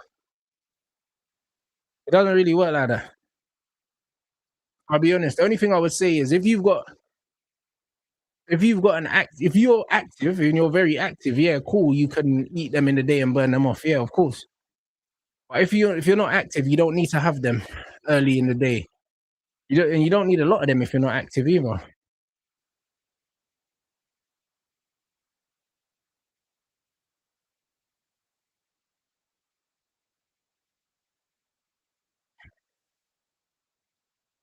did I make of Inouye? I think Bam is levels, to be honest. I think Bam beats Inouye, bro. I always said that without anything to gauge it on. I mean, yeah. I didn't have nothing to gauge it on, but I think Bam's footwork, his angles and stuff, I think he beats him. Man said Ben is bigger than Tank. Exactly. And Ben's even small for the likes of Devin Haney and Keyshawn. Like Keyshawn would absolutely render Conor Ben unconscious. I think that Devin Haney would just box Conor Ben's head off.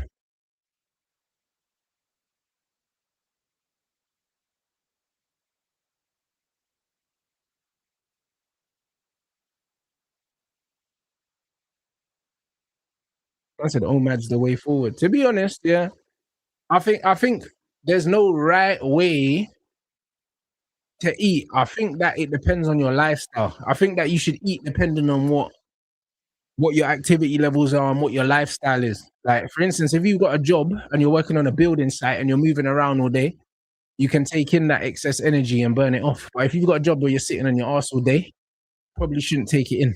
You know what I mean? So it very much depends. It very much depends.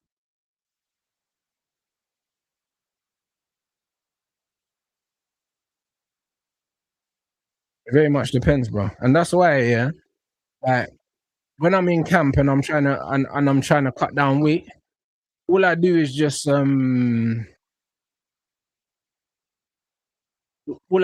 do all this extra walking, bro, because probably about 80% of the weight you're gonna lose, yeah, you breathe it out anyway. So people overestimate how many calories you burn in the gym and you burn from exercise. The majority of the calories you burn is gonna be from just your general movement throughout the day. Exercise don't burn that many calories. Like when it comes to weightlifting and that, you might lift bare weights, you burn about fucking 200 calories. And people think, oh yeah, I burnt bare calories in the gym, I can just eat wherever I want. It don't work like that. It doesn't work like that at all, bro. Like your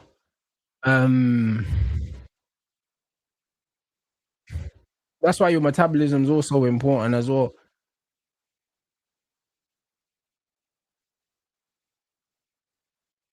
I said thermodynamics, calories in, calories out. Yeah, of course. To a certain extent, bro. Everything's nuanced, bro. Because yeah, you can lose weight and you can lose fat, but most people don't want to lose weight. They want to look better. And if you lose fat, yeah, and you don't build muscle, then all that happens is, yeah, you just look the same. You just look smaller and you still look shit. You know what I'm saying? That's why a lot of people lose weight and then they think, hold on, I still look shit. I just look like a smaller shit than a bigger shit. Do you know what I'm saying? And that's why you need to build muscle. Or else you strip the fat down and then there's nothing underneath. You look like shit. So it's just one of those ones. It's just one of them ones. So you still need to make sure, yeah, that when you strip the fat down, there's something underneath that you actually want to see, bro. That's the reality. So that's why it's important to do resistance training as well. And obviously, when you got muscle, helps with the metabolism. But this is what it is. If I wasn't active and I wasn't doing as many steps like today I would have done about, I reckon I'd have done about 25,000 steps already for the day. You know what I'm saying? Easily, bro. Easily 25,000. But I've loaded up. Like when I'm in fight camp, I load up on carbs, yeah. And I lose weight loading up on carbs, yeah. For the simple fact that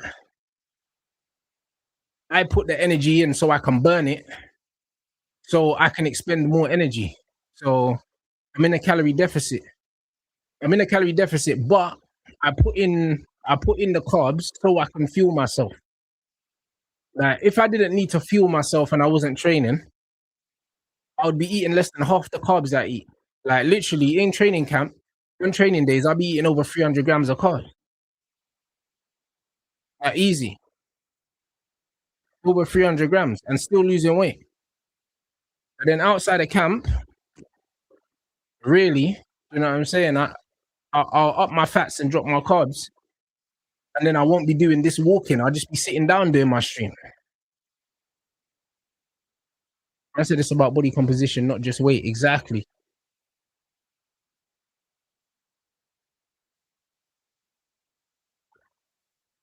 I said I killed myself in the treadmill, sweating like a dog. I couldn't feel my legs. Burned around 400 calories. That's not even a slice of bread. But you see what I'm trying to say, my bro? That's the point. Whereas it's one of them ones, yeah.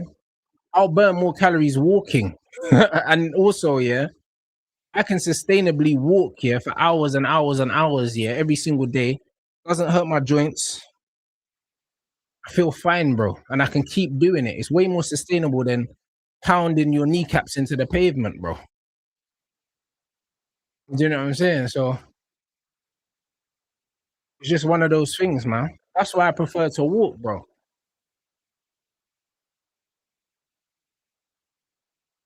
I said, do I believe in cutting and bulking, or are you a bigger fan of maintaining? Bro, it depends. Again, it depends on your body type. It depends on your body type. You know what I'm saying? Because there's certain men, for instance, yeah, it's like they might be skinny fat, yeah, and it's like it might not be great for them to cut straight away because their metabolism is probably shit because they don't have a lot of muscle anyway. And if you don't have a lot of muscle, yeah, and then you're gonna kill your metabolism even more by cutting calories, yeah, you're better off building some muscle. Even if you look shit and you look a bit soft, you're better off building some muscle and getting your metabolism up. So when you're ready to cut, you can cut on more calories. So it very much depends, bro. You know what I mean? It depends on your body type. If you're just obese and you're really fat, a lot of fat people are actually quite strong and they have a decent amount of muscle because you need a certain amount of muscle to carry all that fat. So you'll be surprised. Like a lot of fat people have really strong legs because they got to carry all that fat, bro. So when they lose weight, they've kind of got a decent amount of fat. I mean, a decent amount of muscle. Do you know what I'm saying? A decent amount of muscle, and they can burn calories. They can burn fat or more calories because they need a lot more calories to maintain all that mass. So if you're fat, it's a bit different. Do you know what I'm saying? It's a bit different. So it depends on your starting point. Everyone's starting point is different.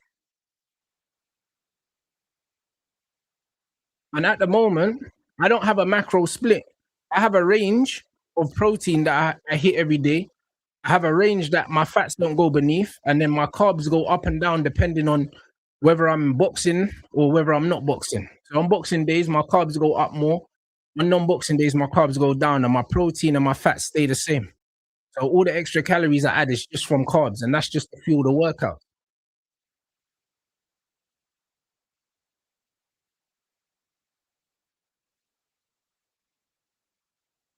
Listen, I would not encourage anyone to water fast. You know what I'm saying? I wouldn't encourage it, bro. You know what I'm saying? People say, "I just water fast and all that, bro."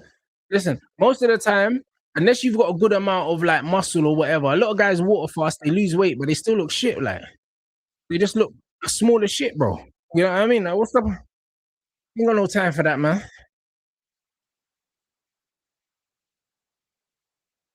I said, what if you're 15%? If you're 15% body fat, you're in decent shape, bro. 15%, you can see abs at 15%, bro. If you got decent genetics, 15%'s all right. You know what I'm saying? That's all right, bro. I can't lie. You don't want to be much lower than that because it's not sustainable. I can't lie, bro. I think like 12% body fat is the sweet spot, bro. You can kind of stay there between 12 and 15%. You can chill there and still eat whatever you want if you're active and be nice. Do you know what I'm saying? I think a lot of the physiques that people want because they see it online, they're not sustainable. And also, the people that are showing you these pictures, they don't look like that all the time. They take pictures, they make sure the lighting's good, and they zang you and make you think they look like that. Do you know what I'm saying? They don't look like that all the time. They just take the picture after training.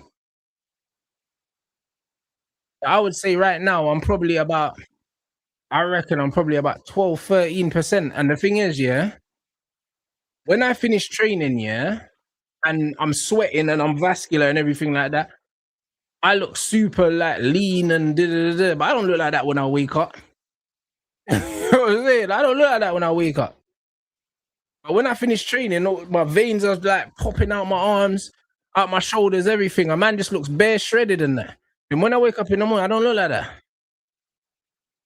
Do you know what I'm saying? So these men take the photos just after they train when they're sweating and they've got a pump and everything, and they make you think that they look like that all the time. They don't look like that all the time. They don't look like that all the time.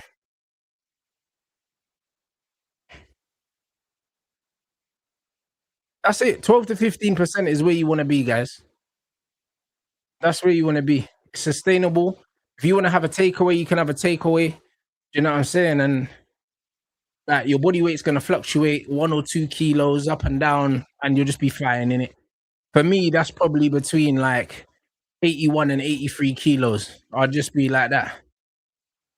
In between that. Do you know what I'm saying? Depending on if I eat a Chinese or something like that. Just up and down there. That's where you're gonna be in it.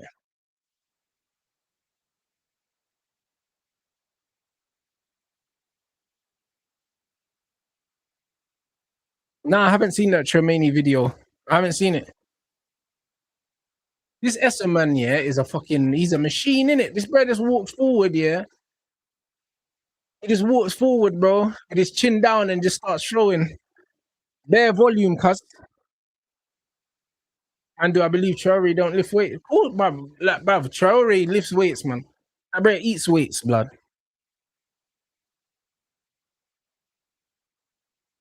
Man said UFC time. I didn't realize it was on this early. I thought it was on later. I said metabolism plays a huge part, not gonna lie. Yes, I know. You know what I'm saying? Yes, I know. I'll be honest, yeah. You know what I noticed, yeah? What I notice about a lot of people, yeah, that people say have good metabolisms and that, yeah, they're more active, yeah, than they realize. You know them ones. Like the majority of calories you're gonna burn in a day is gonna be from just walking, moving around, doing things, bro. A lot of the times, people that, that don't burn a lot of calories in a day are fucking lazy, bro. You know what I'm saying? They don't walk. They don't do nothing, bro. You know what I'm saying? They don't do nothing, bro. Because all them things burn calories. Getting up, them man don't want to get up and get the remote and that. The man are sending their youths to go get the remote and that. I'll go upstairs and get this for me. They don't want to get up. They don't want to move. Like, you know what I mean? And then you got them crackhead brothers that can't sit still and they're always moving around, always doing whatever. They're the breads that don't get fat, bro. Like laziness is why people are fat, bro, because they don't move as much as they used to move. That's why all these youths are fatter now, because bro, Saturdays when man was growing up, yeah, 10 in the morning, man will have my toast, and I'm outside in the park until 6 o'clock, and then I go home for dinner. My mum don't see me all day, bro. 8 hours I'm out the house. On my bike, ride the bike, go down West London on the bike, pull up at Westway, kick ball for like 6-7 hours, jump back on my bike, ride all the way back over the bridge back to Halsden, go home, eat dinner, bro. Man's at the park for like 8 hours, bro. These youths are playing fucking PlayStation. Do you know what I'm saying? And that's why they're fat nerds now, bro. That's why you see them man on TikTok, you know what I mean, worshipping weirdos online, bro. You know what I'm saying? Like, this is what it is. I said, thanks. I have an active job, but I work out daily, so I'm down to about 13%.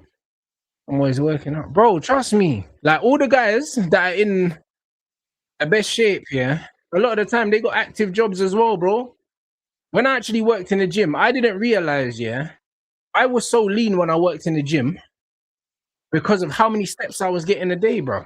I was on my feet all day, walking around with clients and that, going up and down the stairs. And in my gym, man had like 3 floors in the gym, and there was only a disabled lift. So man's going up and down the stairs all the time to get the door, do tours of the gym. I'm just running up and down the stairs all day, up and down the stairs, up and down the stairs. And then I lived walking distance from the gym. So I walked home, had my lunch at home, walked back to the gym. I was going to and from the gym 3 or 4 times in a day. And I'm just doing bare steps. I was doing like 20,000 steps every day and still lifting weights. And that's why I was probably the leanest I'd been in a while, because I was just burning bare calories walking, bro. And then when I started working in the gym, yeah, I was still lifting the same way, and I was realizing I'm not as lean. Like I needed less calories to get that lean. Before I was getting leaner or more calories because I was walking more. And those were not the days of tracking steps, blood. You know them ones. Man just used to just lift weights and that. Like people weren't talking about 10,000 steps a day like 10 years ago. Like people weren't talking about that.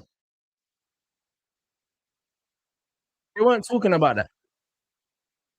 I never used to count my steps. I never used to realize how active I was. That's what I mean, man, saying 30,000 steps. Imagine if you're doing a job where you're doing 20 to 30,000 steps a day. Bro, you got to eat like a dustbin to put on weight. Man said work in a hospital. Yep, hospital as well. This is why when you see these fat nurses, you think, how the fuck can you be so fat, bro? Because they're always just walking up and down. That's like fucking hell, bro. They must be injecting food into themselves to be that fat, bro. When you go to hospitals, these nurses are fucking obese. It's like, brother, you're always walking around. You're always walking around, bro. How does one get in 30,000 steps, bro? I reckon I've done close to 30,000 steps today by the time this finishes.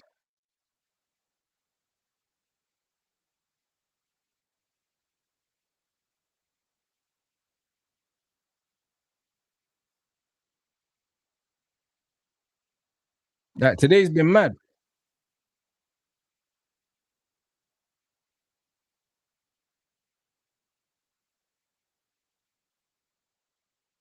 Bro, like you burn calories just standing up, bro. That's what people need, bro. This is what I'm trying to say. This is what I'm trying to say, bro.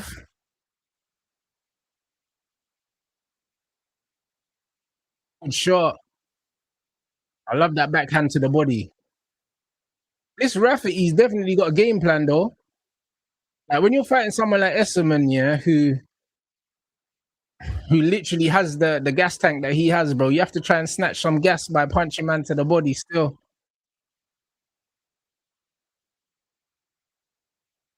I said a lot of nurses use the lift. Now I hear it. I hear it.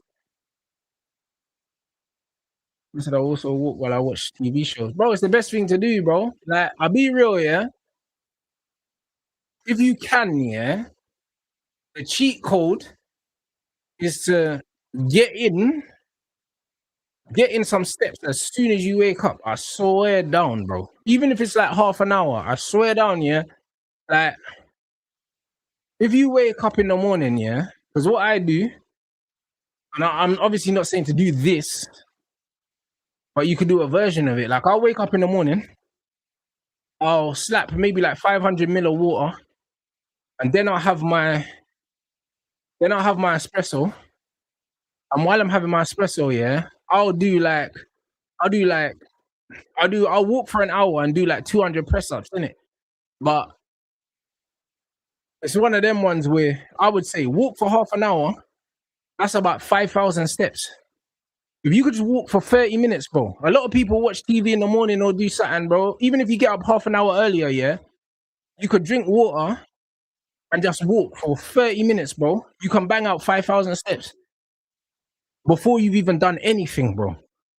And now you're halfway to 10,000. It's only half an hour. You could break your walking up. I like to just walk for an hour in the morning, like watch whatever I watch and just do 200 press ups. I normally just do like 8 sets of 25 press ups. Eyes fucked. And I just do 200 press ups every day, like in the morning, just to wake my muscles up.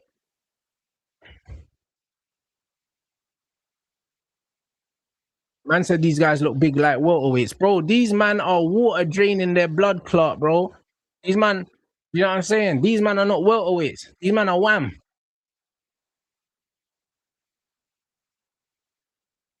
Man said the routine is wake up, water, work out, walk for about an hour while I prep mentally for the day. That's what I mean. If you can, it's amazing.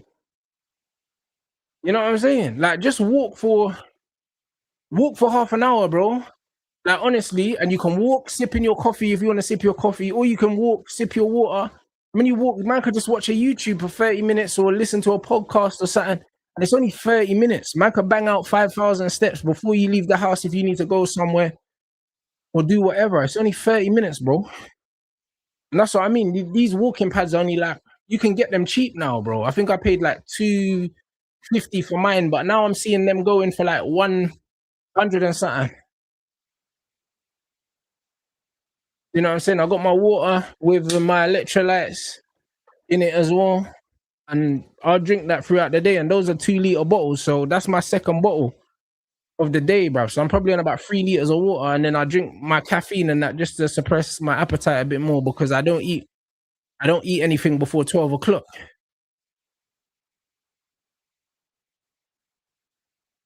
So it's one of them ones.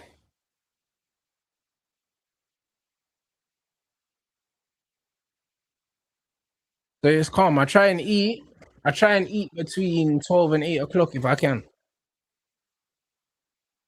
You know what I'm saying? I try and eat my meals between 12 and 8. So on training days, I train at 11 or 12. So I have some carbs before training on boxing days. Fight news, I'm fighting next month. That's the news. Don't have an opponent, haven't signed a contract. Like, we've spoken to loads of opponents. Penders turned down the rematch twice. So we probably won't fight again. You know what I'm saying? After the fight, he said, oh yeah, run it back on Misfits. Got offered the fight on Misfits. He didn't take it. You know what I mean? So that's it. You know what I mean? So we're not fighting. We're not fighting again. So yeah, it's one of them ones. So yeah, I'm just looking for a fight to stay active now, bro, because it's gonna be 6 months. It's gonna be 6 months next month, brother, and I haven't fought this year, so I'm already behind schedule in my head. So I need to get busy. I'm trying to fight. If I can fight 3 times this year, I'll be happy. Do you know what I'm saying? So my match reaction is gonna go out tomorrow. I'm gonna put it out tomorrow, bro, because the games are rubbish tomorrow. and I've already done 2 watch-alongs and 3 watch-alongs. This is the 3rd one, so there's no point putting out the match reaction today.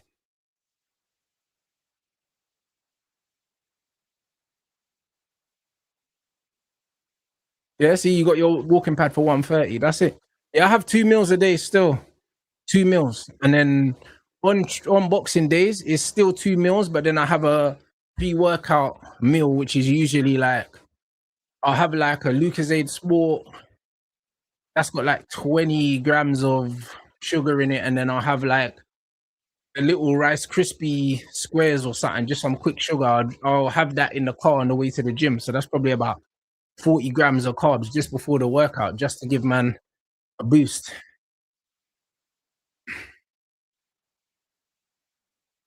Oh, big up, man. Yeah, man. The walking pad's a game changer, man.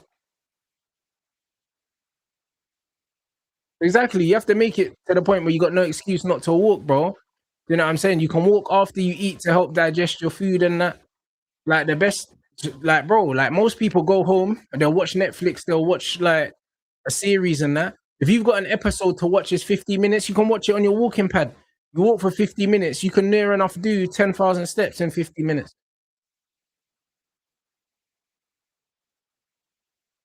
I said we need West Ham tomorrow. I don't think I'm gonna watch that game. I can't be asked, bro. I can't lie. El Clasico. Maybe. You know what I mean? Maybe. I don't know, blood.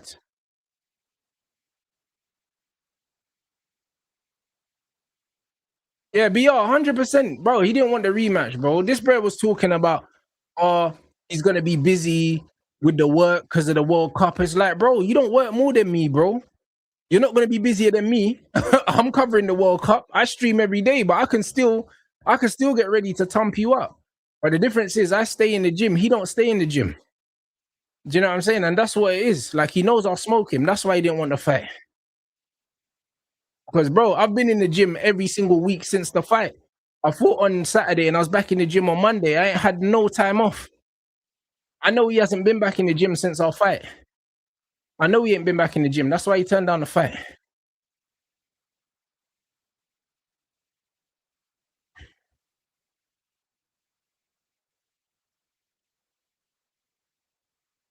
Hey, bro, Thomas. Hey, bro, listen. I think Saeed's moving house, innit, at the moment. I think once he moves house, we'll try and pattern set a minute. But I told him, bro, I'm here to help him whenever he's ready, bro. But he just has to be ready, innit? He just has to be ready.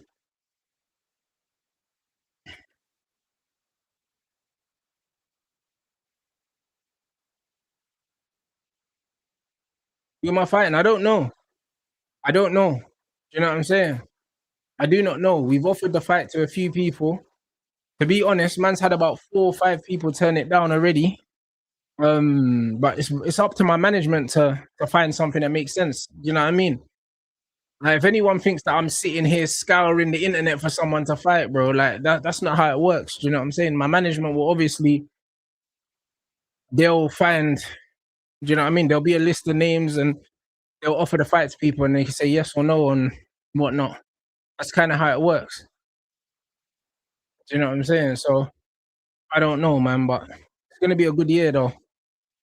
That's why he's not moving to London. He's just moving to a bigger place in Manny, I believe, because he's in the hood at the moment. You know what I mean? Man's moving out the hood.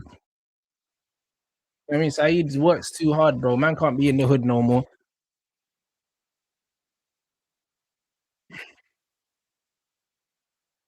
But yeah, like, I'm looking forward to just getting back out there, to be honest. But yeah, man, it's gonna be a good year still. I think I'm gonna get out a few times. I'm gonna get out a few times, man. I'm looking forward to it. I'm looking forward to it, man.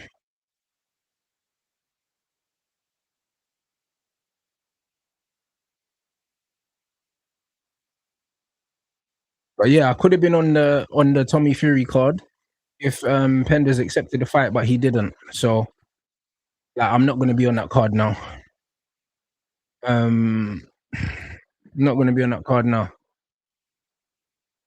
Because yeah, like, going on that card would have made sense if it was the rematch. It would have made sense. But it doesn't make sense now.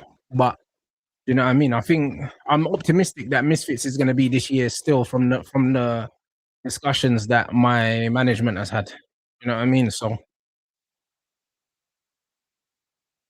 nah, bro, it's not even the rematch clause thing, bro. Like it was a 5-rounder. It should have never been a draw in the first place, bro.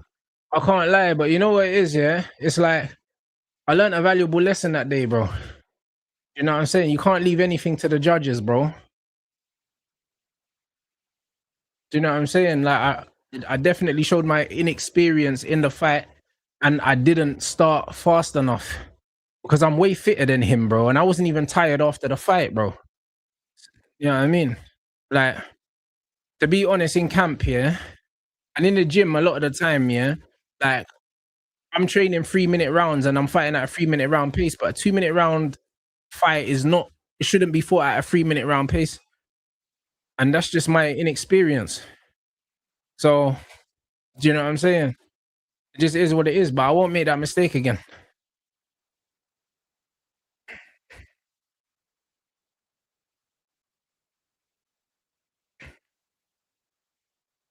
Man said Tommy undercard would have been quality. It would have been good as well, bro. Do you know what I'm saying? It would have been good, but it is what it is. This is why you got to stay ready. Because to be fair, we got offered the fight on there not too long ago, so we didn't have loads. But then again, bro, like the way I see it is, yeah, at this level, you're not gonna get like a full camp here. You're not gonna get loads of notice. Even in the pros now, a lot of the pros are only getting like maximum 4 weeks notice unless you're a big fighter. So if you're an influencer, you can't expect to have like a full 8-week camp. You've kind of got to just stay in relatively good shape, innit? You just have to, innit? And I've stayed in the gym and my weight hasn't gone up too much. So it's just one of them ones. Just one of them ones. But certain men don't stay in the gym, so they couldn't accept the fight because they probably knew that they couldn't lose the weight in time.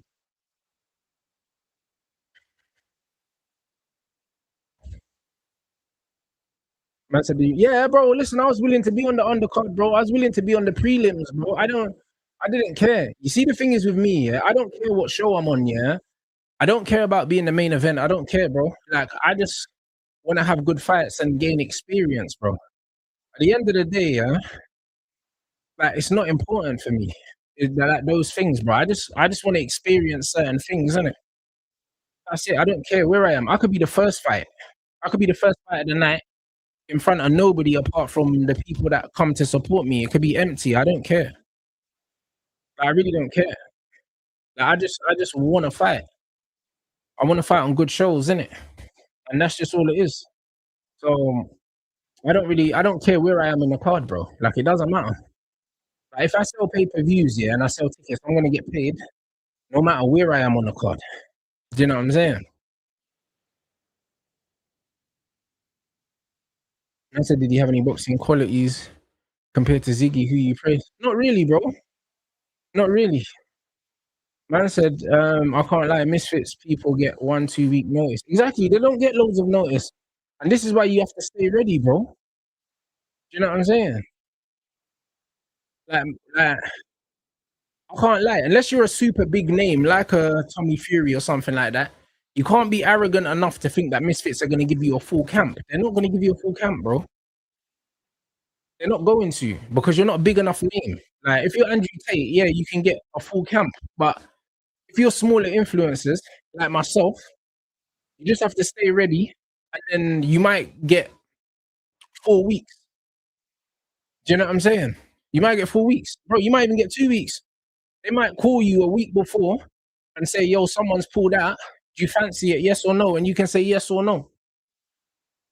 You know what I'm saying? But you can't expect a full 6 to 8 week camp. Like you just have to think about it like the amateurs in that sense. You have to stay semi-ready, blood. Like you have to be humble enough to know where you are in the pecking order, bro.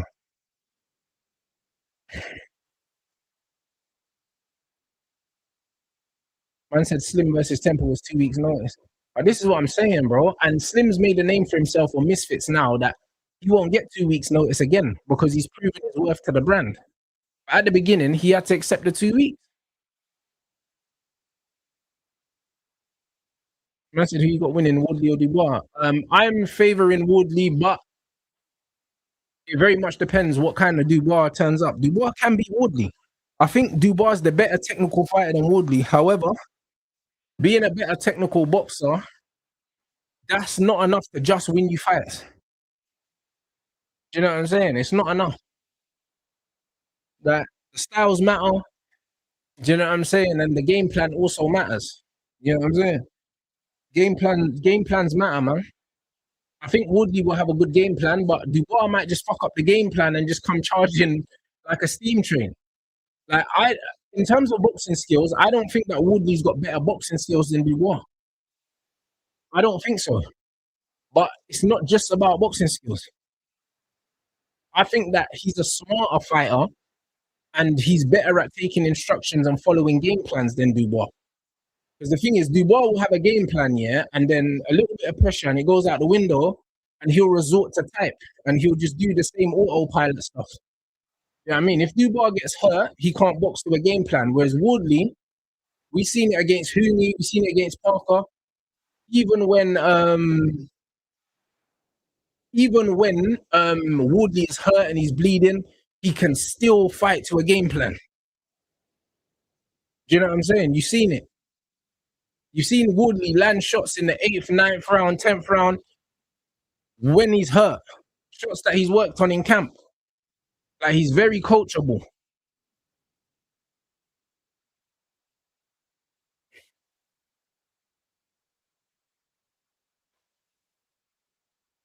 What do I think about what's that Tommy Fury fight, by the way? I think it's a mismatch. I think he's a much better boxer than Eddie Hall, and I think there's definitely a size difference, but I think the skill gap is so big that I don't think the size difference matters. Is it in 10-ounce gloves though? Do we know?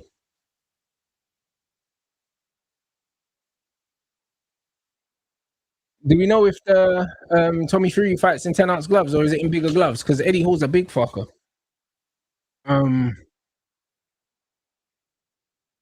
I said, is there a fight you've seen around that you'd be worried about fighting? What, the influencer thing in my weight category? Not really. You know what I'm saying? Not really. To be honest, like, boxing's just a game of chess, bro. Like, every fighter's got strengths or weaknesses. Like, I can definitely beat fighters that are better boxers than me if I have the right game plan. You know what I'm saying? It's one of them ones. Like, I trust myself with the right camp and all of these things and the right videos and that to outthink people in there, like, even if they're better than me. But if they're better than me and they beat me, then they beat me. Like, it just is what it is.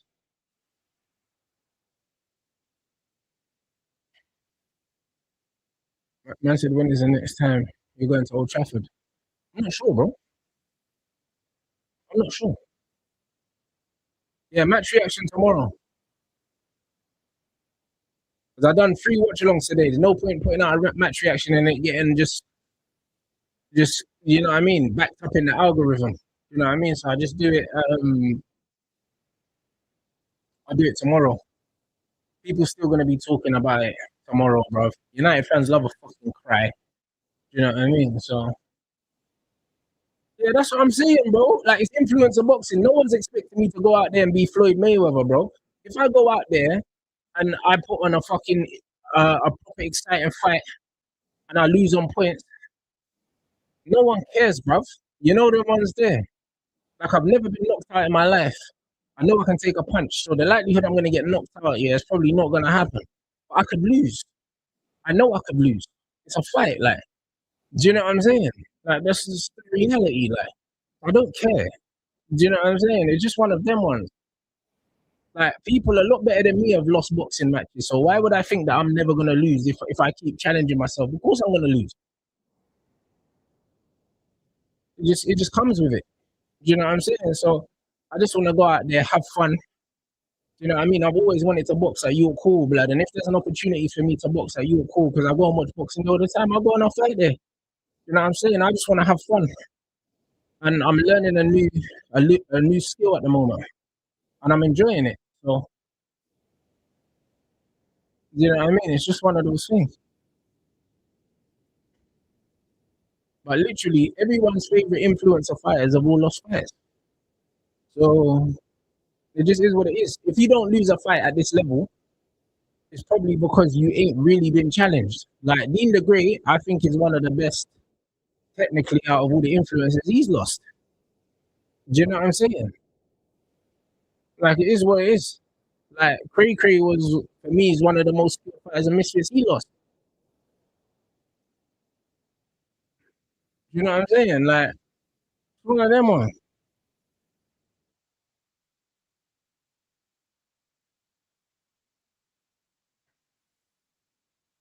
I said how we were watching this on the Zone pay-per-view. If you got the Zone monthly ultimate package, I think, then it's included. Yeah, exactly. That's what I'm saying. There's no undefeated top influencer boxers apart from Fox. Like Salt is part of my stable and Salt's lost as well, like more than once. So and Salt is still a big draw on Misfits, even though he's lost. King Kenny lost to Salt. King Kenny's still a big draw if he comes back. You know what I mean? Slim's still a big draw if he comes. If like when he fights, he's fighting on the Germany card. He's lost. Chase Moore's lost. He's the heavyweight champion. All these men have lost, bro. You know what I mean? So like the losing doesn't stop people from supporting you and buying your fights and making you a valuable fighter. If you're entertaining and people like you, and even if you're not entertaining and you're just likable, people are gonna support you, bro. Like you'll always make money, you'll always have support, bro. Like it's not about because he's undefeated, bro. Like it's not professional boxing. And even then, bro, there's a lot of fighters. There's a lot of fighters that will lose. There's a lot of fighters that will lose, and people will still buy tickets, bro. When what's his name? The geezer that lost to Dave Allen, Johnny Fisher. When Johnny Fisher comes back out, he's gonna sell out the arena again, bro. People are not gonna stop buying his tickets because he lost the fight, bro. Because he's got a genuine fan base, so it doesn't matter.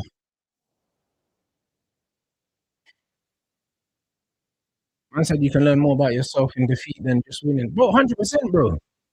100%, bro. When I drew that fight, yeah, I was so angry, yeah. Brother, like normally after my fight, I might take a week off and then go back in the gym. I was back in the gym on Monday. You get me? And I was training like I lost, bro. I was angry because I was pissed I even let it get to the point where it went to a decision. Do you know what I'm saying? I was fuming, bro. Like literally that night, I didn't even sleep. And then I was back in the gym on Monday, just angry, bro. You know what I'm saying? And I've been training like a demon since then. So, you know what I mean? Like I learned a lot from that fight. And that's why he didn't take the rematch.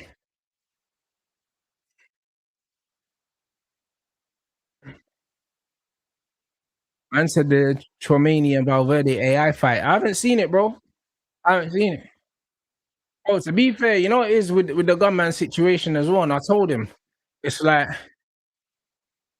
it was his first show, innit? And obviously I gave him the benefit of the doubt, yeah, that it was his first show because he's my guy and I thought he had things under control. But I said to him, bro, like there's certain like teething problems, yeah, that bro, man don't want these things to happen, yeah, at my expense. You know them one. I don't want these things to happen to at my expense. Like I even gave him feedback because man was saying that the commentary wasn't good. You know what I mean? There's loads of things that weren't good, and it's like, bro, it's mad unprofessional, innit? Like if you're trying to make a mark, in the space, there's certain things that you have to make sure are done properly, innit? And that's just what it is. And that's just what it is. And I told him, bro. So things just need to be done professionally. And the stream thing, to be honest, yeah, it's one of them things. I told him, yeah, the venue that that they use in London, yeah. The reason why everything happened like that, that's the venue that they used to do the ABAs in. I don't like the lighting in there. Do you know what I mean? And the lighting in there is not great because there's a chandelier above the ring, yeah, and it looks good, but it's rubbish for cameras because it fucks up. You can't put a lighting rig around the ring because there's a chandelier there. So I literally told him I won't fight in that venue again because it messes the camera quality, it messes up the stream quality. And then obviously, brother, like everyone, the influx of all the people coming in for my fight as well, cooked everything, you know, that was there. Like, so it was a combination of the venue. I wasn't happy with the lighting. There was loads of things I wasn't happy with, but do you know what I'm saying? It's just annoying. Just annoying. But I gave him honest feedback. You know what I mean? He took it on board. And also for me as well, like I know moving forward, not York Hall. The ABAs used to be held at the Royal National Hotel because I went and I watched a few ABAs. Yeah, do you know what I'm saying? So yeah, I just told him, and now moving forward, any show that I agree to fight on, I'll have to speak to them. Obviously, make sure I know what the venue is, what the venue is, who's doing the production, all these things to make sure everything's done. And it wasn't his fault that the stream died. Do you know what I'm saying? Obviously the fight, like Nick and Shane told me that you were able to watch the fight back in it after the stream ended because they'd already paid for it, but they just didn't get to watch it live because it was jumping. But obviously, the people that bought the pay-per-views, obviously to watch the fight, but also to support me because the money from the pay-per-views goes towards me getting paid, and I got paid on time. So, you know what I'm saying? You lot supported, man. It's just a shame that the thing bugged out, innit? I said, are we still on good terms? Yeah, we're fine. Do you know what I mean? We're men, bro. We had a discussion and I told him straight up what I wasn't happy about, and we're cool. You know what I mean? But I let him know. And that's what it is. But now we're fine. You know what I'm saying? But everyone that supported me and bought the pay-per-view, you know what I mean? I appreciated it. And I got my money, but I would have rather got the knockout. So it is what it is. Have they got a performance already coming out now?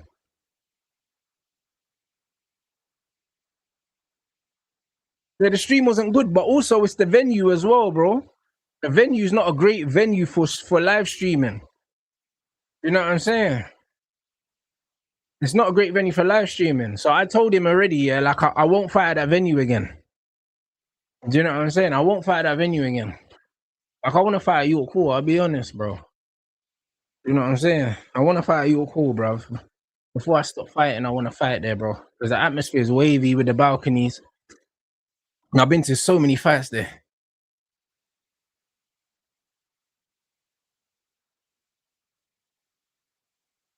Like, big up Yasser, man.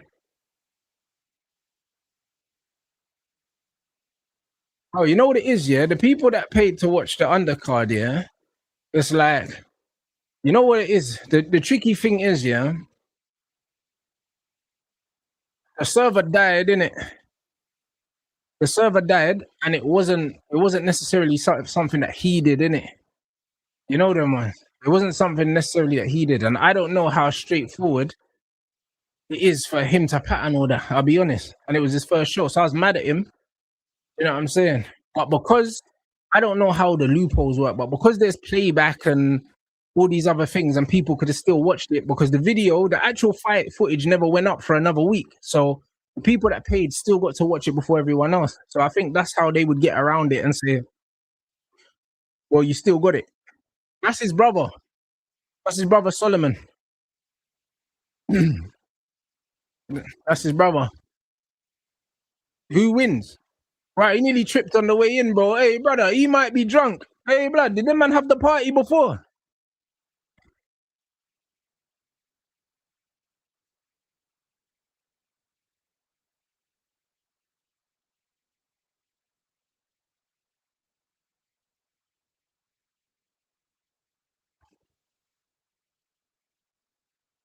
He might be drunk, blood. The man had the party before.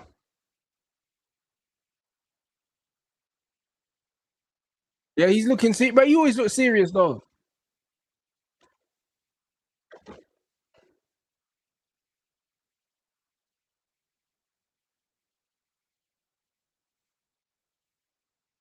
Let me turn up the volume now. Man said 95% KOs, you know. Man said, I'm gonna knock this you out. Yeah, Monty, no, actually, I'm not sure in it, but I'm not sure who it was, but I'm 99% sure, yeah. It's the venue, blood. You know them, man. It's the venue.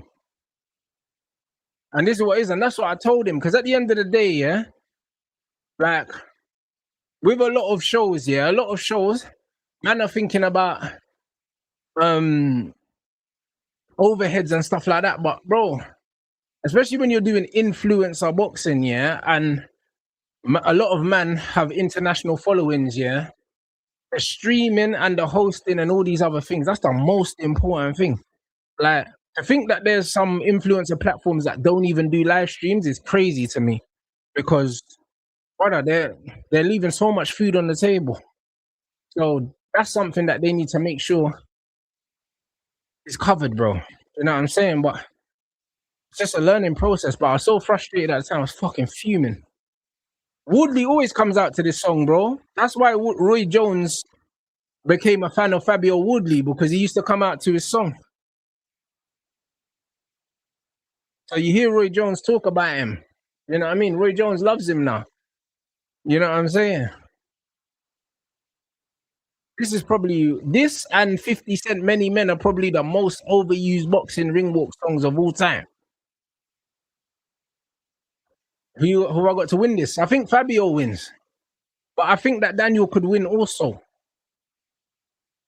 I think if Daniel boxes disciplined, yeah, and keeps it at long range and stays behind the jab, he can beat Wardley. But I think if he gets drawn into a fight, Wardley can drop him.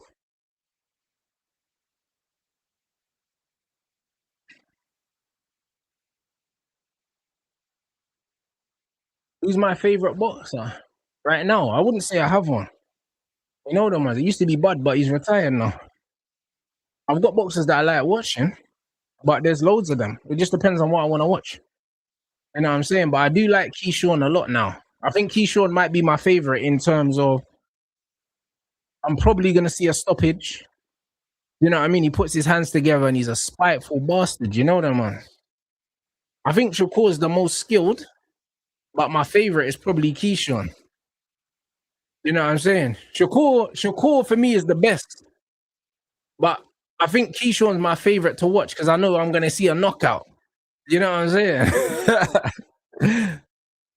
But yeah, Usyk and Shakur, them man are in my top 5. And Bivol as well. And probably Bam. You know what I'm saying? Like my top 5 favorite to watch. I like watching Bivol fight as well. Yeah, do I enjoy watching? That's my 5 there. Shakur, Keyshawn, Usyk, Bivol, and Bam.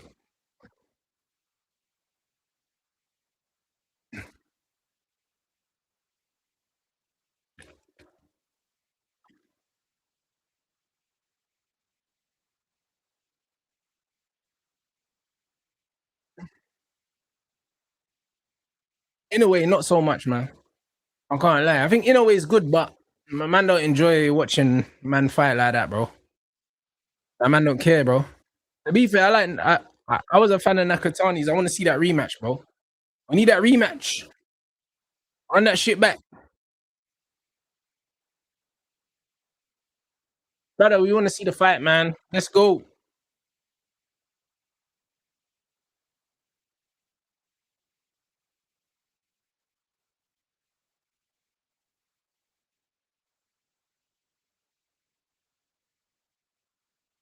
Nah, Tank, bro, I'll be honest, yeah.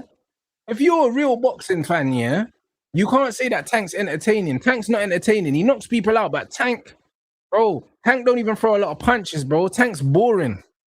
I can't lie. Tank is boring as fuck, bro. Tank just moves around and sets traps for like 8 rounds and then gets you out of there, bro. Like, no one could tell me that Tank's an exciting fighter. People just like the fact that he knocks people out.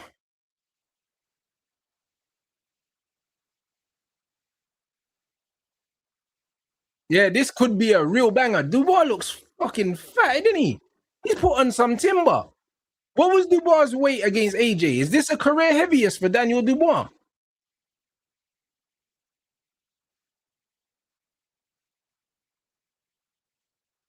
Getting built into the body, bro. And big up Ren, man. That's I like his intelligence. Hey, Tank is very intelligent. He's very intelligent.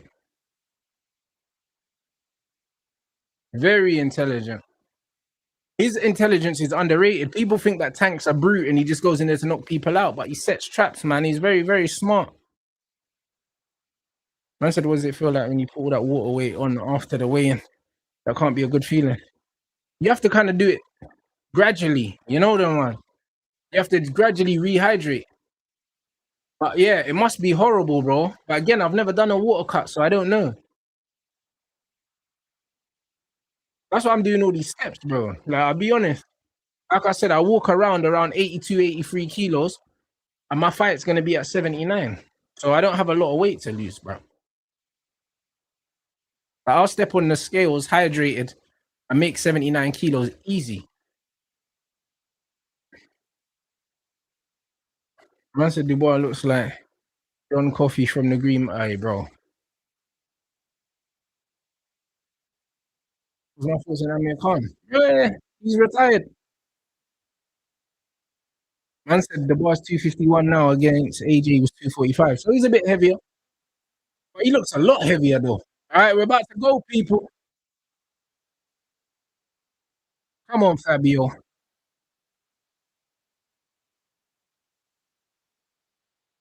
Let's see if Dubois jumps on him and starts quickly. One thing, you see what I mean about Dubois? Dubois don't move his head. Look, he dropped him straight away. He don't move his head. Brother, don't move his head. He got sat down already.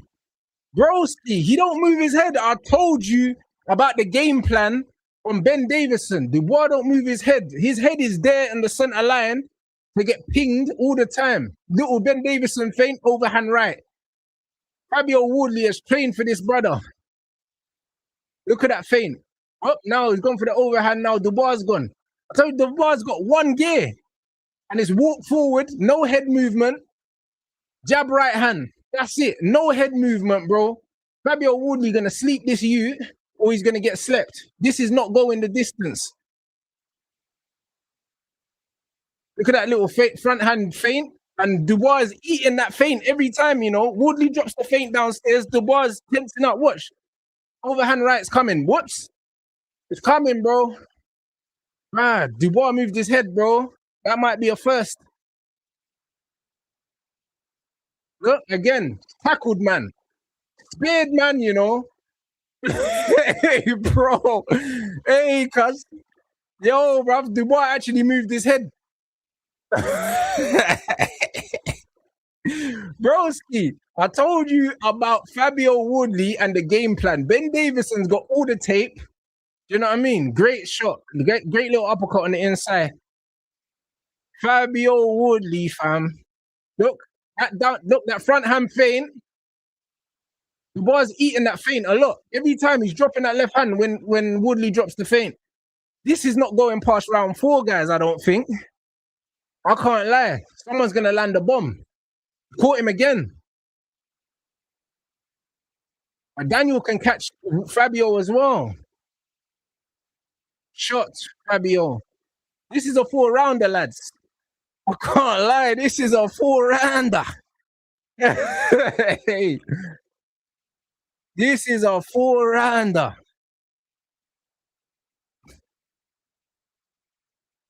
Good job.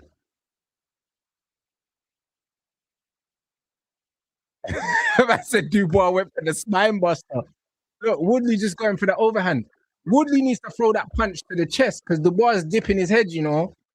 Or maybe he needs to turn that backhand into like a little hook instead of a straight because Dubois is dipping under it now. Turn it into a hook or maybe throw an uppercut. But yo, bro, Fabio Wardley's gonna knock this you out, you know. Look, he's dipping down. The lead hand feint from Fabio. Daniel's dipping the head. Uppercut. Look, again, they're both going to land that right hand, bro. Fucking hell, brother. This is a real fucking Weatherspoon straightener, you know. This is a proper, bro. This is a proper Weatherspoons. I told, man, you see Fabio, yeah? He gets his head off the line when he throws the right hand. He dips underneath, innit? So Dubois is not going to be able to catch him. Wardley's got the speed, but he's throwing out of range at the moment because Daniel's a big target, bro. I can't lie, but Dubois is going to get tired. He's going to get tired. Fabio's going to stop my man probably in round 3 or 4, blood, if he doesn't get tired and get caught himself. But this is a proper Weatherspoons, mate. Proper Weatherspoons, mate. 10-8 rand.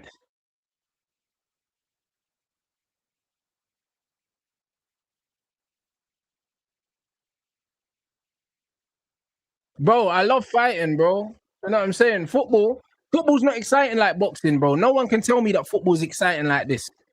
You know what I'm saying? Like the PSG Bayern game, I was bare animated. You know what I'm saying? But most football matches ain't like this. Most football matches are fucking boring, bro. What do you want me to do? Fake my reactions for views and that? Like what all the rest of the man them do. You know what I'm saying? Because that's what they do. Fake celebrations, fake fucking reactions to everything. Like, bro, that Man United game was so shit today, bro. Like, brother, like I could have fallen asleep, bro. Like anyone doing anything animated during that game is a fucking liar, bro. You know what I mean? Like, that's the reality. Brother, the boy's stepping back and Woodley's just throwing short. He might have to double up that jab on the way in, you know, because the boy's stepping out. It's the double jab. Because the ball will step with the first one, throw the jab again, and then bring the right hand.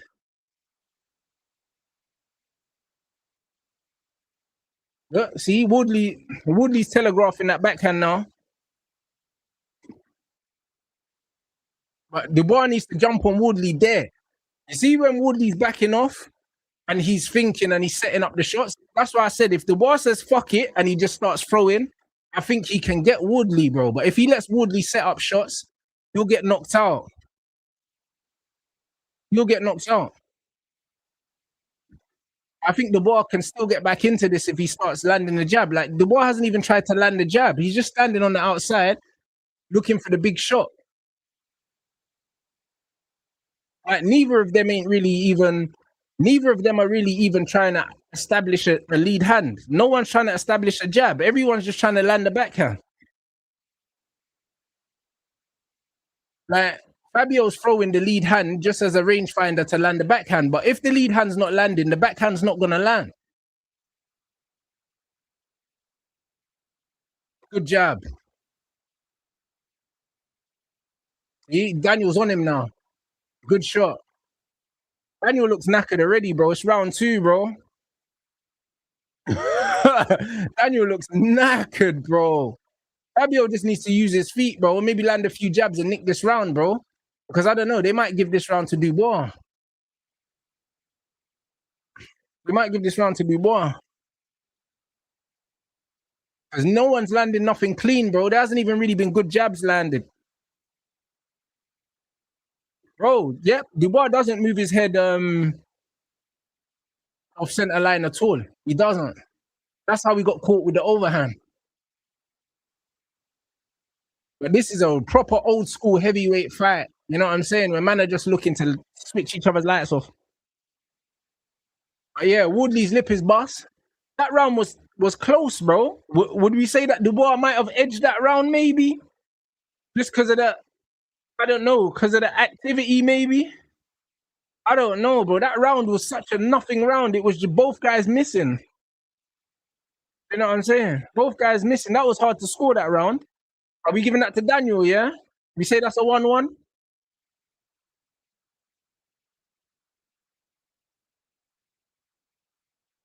Yes, yeah, man. Like no one's like, bro. Both guys, I think, landed like 2 jabs each. I think in that round, and there was nothing. Bare punches getting thrown and missed.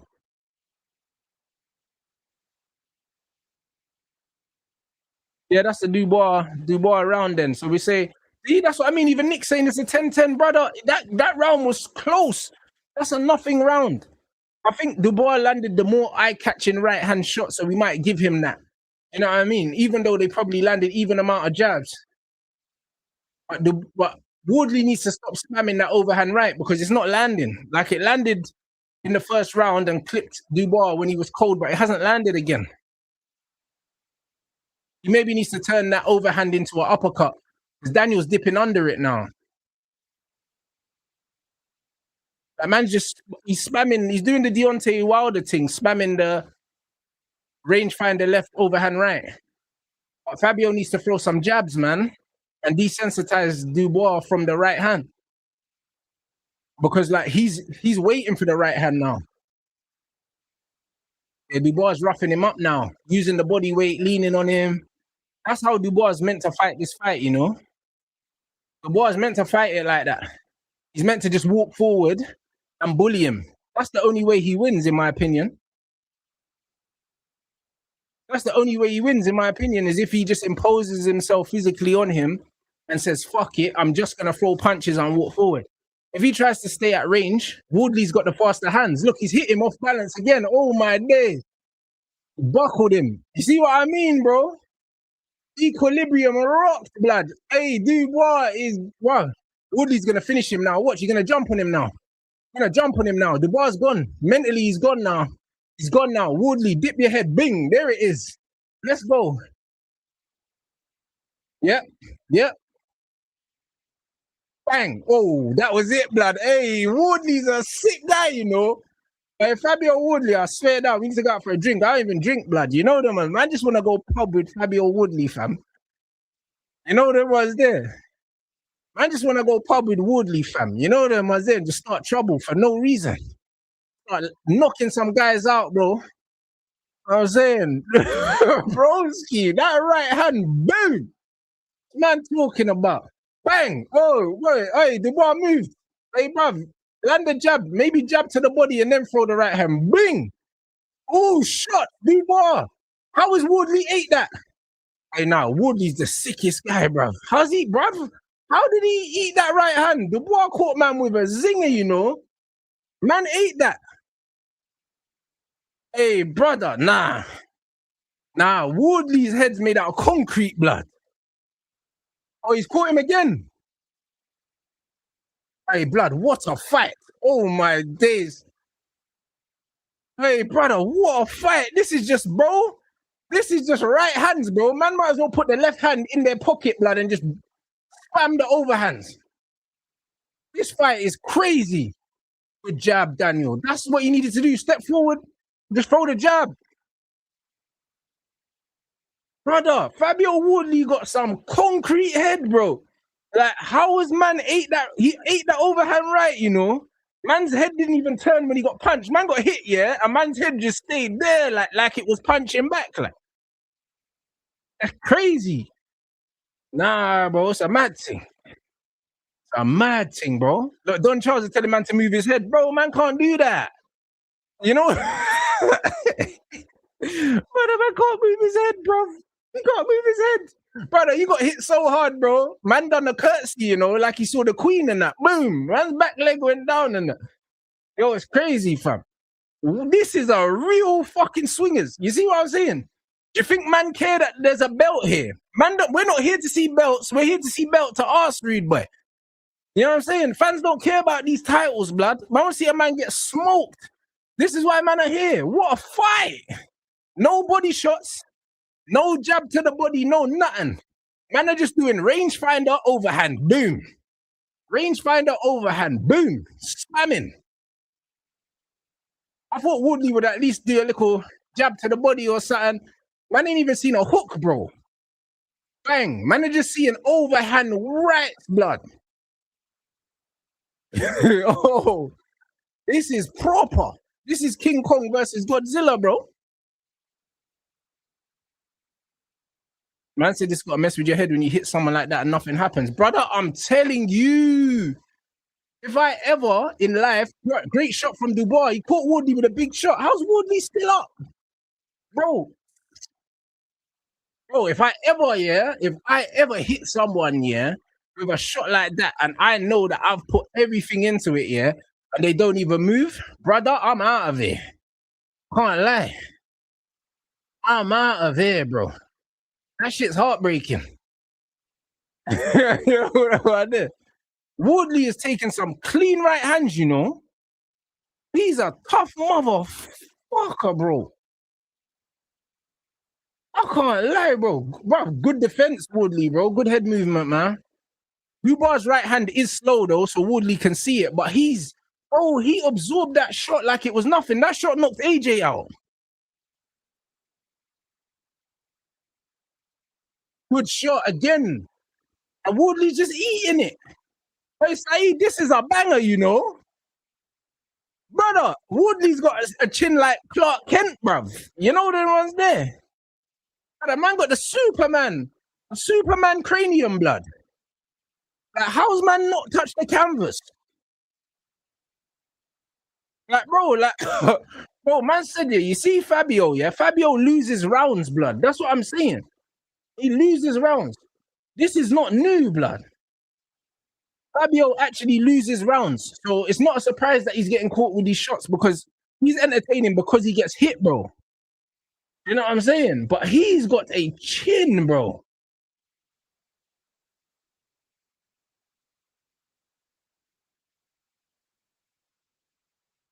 He's got a chin and a half, bro. And the thing is, he hits hard, bro. He's caught Dubois clean and dropped him twice, bro. He's still on his feet, blood. So my man's got 2 10-8 rounds in the tank, you know? Yeah, bro. Actually, 100%. Wardley got a serious chin, man. Serious chin, bro. But you can see skill-wise, yeah. You can see skill-wise, both of them, they're not elite level, in it. But I think this is what makes this a good fight. This is what makes it a good fight because both of them skill-wise are not elite level. Like Daniel Dubois is mad like Frankenstein, and Fabio Wardley is just on a smoke, blood. You know them ones. Man's not even trying to box. He's just trying to take man's head off his shoulders clean, innit? I got a lot of time for that. But to be fair to Wardley, he was pulling away and he took the sting off Dubois' shot, you know. That was actually good defense from him. If you look, he's pulling his chin away and he kind of goes with it. So it looks worse than it was. He rode the shot still. Yeah, Dubois got the better jab, but because he's got a jab. Like, Wardley's not even jabbing, bro. Like, and that's why I said fundamentally, Dubois is the better boxer in terms of fundamentals. He's had an amateur background. He was a good amateur. Like, Wardley's not an amateur. Yeah, Don Charles slapped Dubois in his face. Rotted. Man slapped him in his face, said, let's go. You know what I'm saying?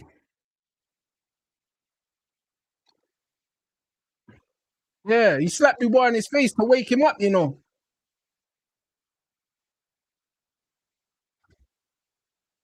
I said, let's go. Shot. Hey, that's what Wardley needs to keep doing, you know. Dip head underneath and then tie up there, bro. That's what he needs to do. I can't lie. Wardley can't be out here trying to outbox Daniel, you know. Man's got to tie him up in those situations because Daniel Dubois is going to overwhelm him. Yeah, facts. Wardley fighting, yeah, like he's fighting in the street, blood. You know the ones. Dubois trying to box and that. You know what I'm saying? Like, Dubois landed more shots than Wardley, you know, in this fight, but Wardley's dropped him twice, bro. Wardley got dynamite from.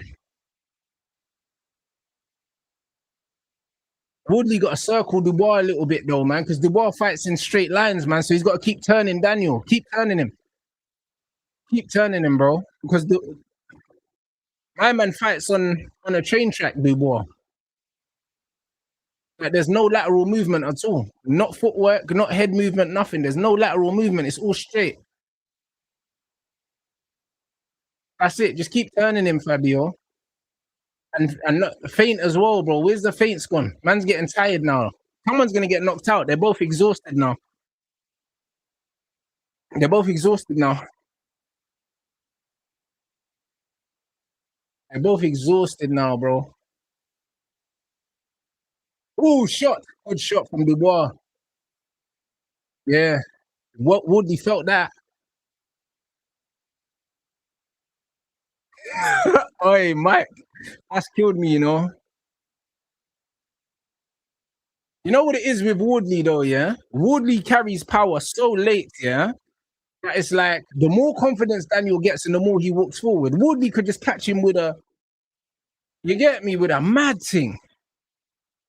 You know, he can catch man with a Hail Mary, bro. Do you know what I'm saying? Good jab. Good jab. Bro, his gum shield got knocked out. Yeah, bro, I can't lie. He needed that, you know. He needed that gum shield to come out. I can't lie, bro. He needed that. Brother, can't lie. That was the boxing gods giving him a little breather still. This is a good old-fashioned slobber knocker, you know. You get me? Pick up the chat. Make sure you run up the lights, people. This is an absolute banger, you know. This is an absolute banger. This ain't going the distance. They're both tired. The first person to land a clean shot has won this. You know what I'm saying? They're both exhausted now. You can see the tempo slowed down. And now the tempo slowed down. Daniel's actually using his jab. Like, that's what he should have been using in the first place. Daniel, you're 100% right. Wardley's feet does need improvement. And that's why man said about the lateral movement. Because Dubois got the power, but he's got the power coming in a straight line. So Wardley needs to be turning him. Do you know what I'm saying? He needs to be turning him because he fights with that lead hand down low as well. So it's not even like he's catching shots on the glove. Like, it's either he's catching them on his face or he's getting underneath them, innit? So he needs to move his feet a bit better.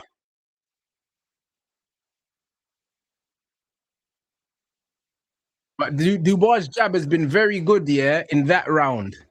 And that's what he needs to do more. Throw that jab. Like, he's the fundamentally better boxer, bruv. He's got the amateur pedigree, so he needs to fight to his strengths, innit? He doesn't have the speed advantage, and he probably doesn't have the cardio advantage either. But he needs to stay behind that jab. No, Dubois is fighting better. He's fighting better now. You know what I mean? Like Dubois is always gonna win rounds, innit? And Wardley has won rounds by dropping him. You know what I'm saying? So now you're seeing the difference in boxing ability now. Daniel's stepping on Fabio. Fabio's always dangerous, bro. Always dangerous. That right hand shook him up, blood. You know them ones, to the point where man had to take a knee, blood. Fabio always looking for that one bang. Good jab again from Dubois. He's winning the rounds. He's winning the rounds. Dubois boxing well. And this is what Dubois needed to do. Dubois needed to use the jab. This is what was going to win him the fight. That's what was going to win him the fight. The fundamentals, bro. Because he's got better fundamentals than Wardley.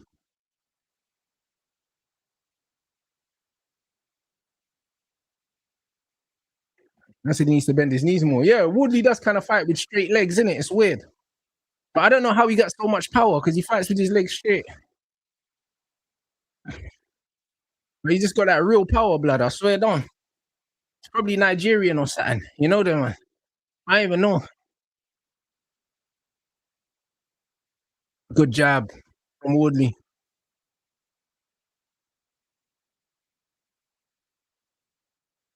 Good feint. That's what I mean. I'm surprised Wardley hasn't used the jab more. Like, he's just trying to land the right hand and he's telegraphing that 1-2. Throw the jab. Man said Dubois swarming Wardley now. But this is what I'm saying. That's what he needs to do. Close the distance and jab and walk forward, and the pressure will break him because Wardley likes to fight at his own pace. Like, on the outside, Dubois, if he fights at a slow pace, he's not going to be able to deal with Wardley's speed, innit? But if he closes the distance, he's the physically bigger fighter as well. Like, if Dubois wins the fight, if he drops Wardley, it's probably going to be with a combination. It's probably going to be with a combination, whereas Wardley got that one punch power.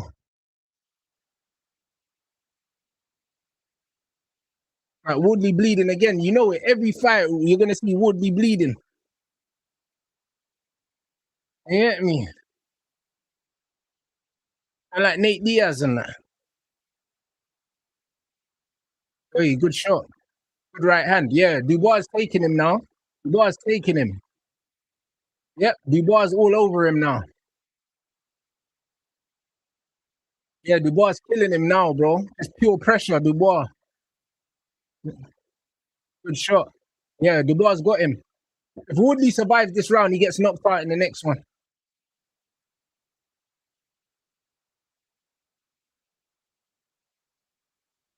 Yep, the momentum's with Dubois now. Dubois is going to take him out this round. This is the round. Wardley's done. He's too tired to even defend himself properly. When you can't get out of the way of shots, bro, the end is near, bro. And Dubois is getting confident now. Like, Dubois got him.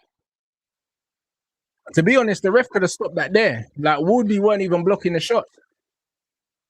And because Wardley fights with his hands down, it's like once he's getting punched up, it's over. Like, you know what I'm saying? Once he can't move his head, he's done.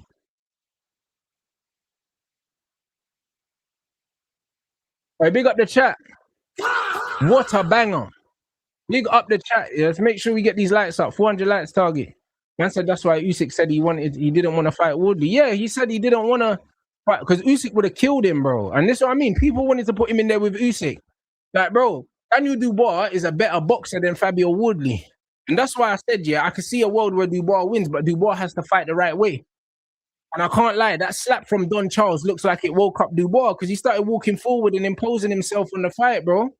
Using his jab, bro. As soon as Dubois started closing the distance with his jab, hurting Wardley.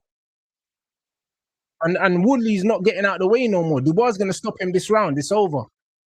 I can't lie. He's going to stop him this round. Dubois just needs to put some punches together. 2-3 punch combinations. He'll drop him. Good shot. Like, the single shot's not going to do it, bro. But if he can put together 3 or 4 punches, he'll drop him.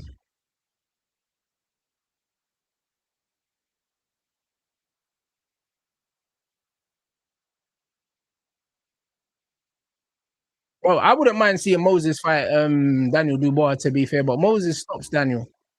I think he stops him early as well, bro. I think he's just too fast, bro. I think Moses knocks him out. Atama would have had Woodley out of there by now. Atama would have had Woodley out within the first round, probably. You know what I mean? I'll be honest. Atama's just technically too good, and he's too fast, isn't it? I wouldn't mind seeing him fight Dubois. That'll be a good fight, bro. Good shot. Good jab, Wardley, bro. Why ain't you been jabbing all fight, bro? Man's just been trying to set up the backhand for the whole fight, bro. You know what I'm saying? And the thing is, against higher level opponents, they're gonna see you loading up on that right hand. You have to do something different, bro. And the thing is, yeah, you know what's mad, yeah? For me, yeah, obviously Wardley was losing the Parker fight and he was losing the Justice Hooney fight, yeah? And he won those fights. And he got outboxed in both of those fights.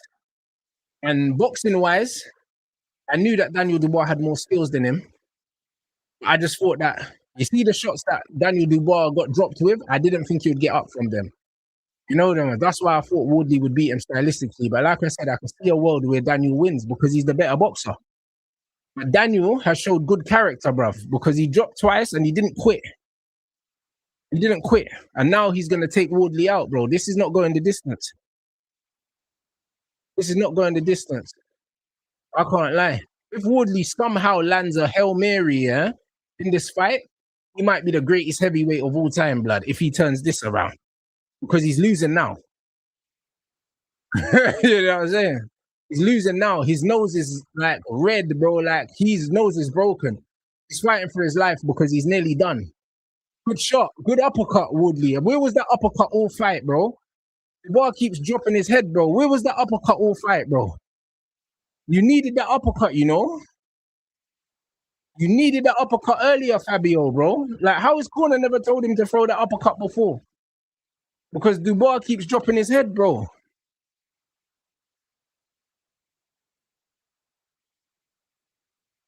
Brother, Fabio is a fucking warrior, bro. That uppercut actually hurt Daniel, you know? That hurt him, bro. Why didn't you throw that uppercut earlier, bro? You could get him out of there with that. Anyhow, Fabio Wardley gets Dubois out of here after this fight swung like this because Wardley's not meant to still be in this fight. This fight's meant to be over, you know? This fight's meant to be over. The end of the previous round, yeah, Wardley was out on his feet on the ropes and he got saved by the bell. He's meant to be out of here now. Somehow this guy is still here, you know. Somehow he's still here. If Wardley actually still knocks Dubois out, I swear to God, he made the different things. Made the different things, bro. I think Dubois might have closed the gap now, the points gap. He might have closed the points gap now. Because obviously, Fabio got 2-10-8 rounds. But yeah, Wardley's made a different stuff still. Big up the chat. But now, big up Dubois, man. I'm happy for him, you know. I'm happy for him still, bruv, because showed some good character himself as well, blood. You get me? Because we know he's not all there, fam. Man said Dubois doesn't set traps. He doesn't set traps. Man don't know about feints or nothing like that, bro. He just goes forward to just... But this is why I said I don't think Dubois, yeah? I don't think Dubois is going to do anything that they don't expect because he just fights the same way all the time. You see what I'm saying?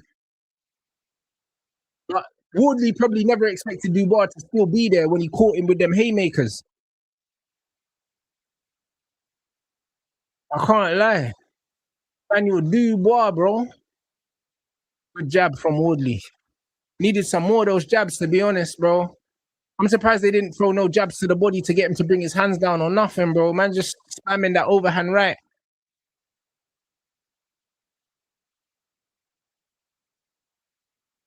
I said Dubois is modern day Frank Bruno. He is. And you know what? When I met him, Frank Bruno was training him, you know. That's what's funny. I don't know if people remember when Frank Bruno was training him. This was years ago, before lockdown. I said Dubois don't feel pain. He eats pounded yam with no stew. Man, I said the yam with no stew, you know. Crazy. Fabio, throw an uppercut, man. Throw an uppercut, please. You know what I'm saying? Please throw an uppercut. Because the overhands, like, bro, Daniel Dubois don't move his head and even he can see them. You know what I mean? Like, you got to do something different now, my brother. Bro, that slap turned Dubois into something else, you know. But Dubois is, I think he's half Jamaican and half Nigerian, you know, Dubois. I think he's half and half.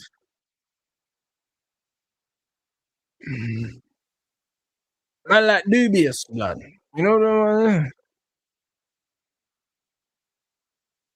Wardley's still in there. I don't know how, brother. I think maybe because they're both tired, the power's not really there as much now. Good shot, man. These are some tough mofos, though. Yeah, Woodley's eyes are closing, bro. But Woodley's still in there, bro. Man, like dubious, bro. But Woodley needs to throw a jab, bro. Like, why is he not jabbing? Like, you know what I'm saying? Like, he's not jabbing at all. Man, just throwing the left hand out there and then throwing the right hand. He might as well just throw the right hand without throwing the left hand. Because Daniel's actually reacting to the left hand. He might as well just fucking do a Derek Chisora and just throw the right hand. Just throw it naked, you know them ones. Man, just throw the right hand bareback, fam. You know them ones there, like. Because you might as well. You might as well, fam. Just throw the thing, bro, because the jab's not really jabbing anyway. You might as well just launch the right hand. Boom! Just launch it, fam. Hey, his nose is broke for sure. Hey, big up the chat. Let's get these lights up, people. This fight is gangster. I can't even lie. Oh, what? The doctor's checking Fabio. Brother, don't stop the fight, man. His eyes closed. Fuck. His eyes closed, blood. Brother, he always marks up like that anyway. Oh, it's the nose they're checking. That nose is broken. We know it's broken, man. We know it's broken already. Don't stop the fight, though. Yeah, we know it's broken, blood. Fabio don't care, blood. He's a bad man. Shout out Fabio Wardley.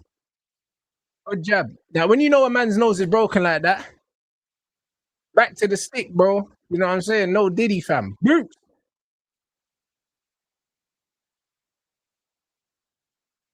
Wardley is an absolute warrior, though. You know what I'm saying? All right, I said autistic power, you know. You man are jokes. Big up the chat. 400 likes target. Let's go. It's 320. You know what I'm saying? Let's get to 400. Good jab from Wardley.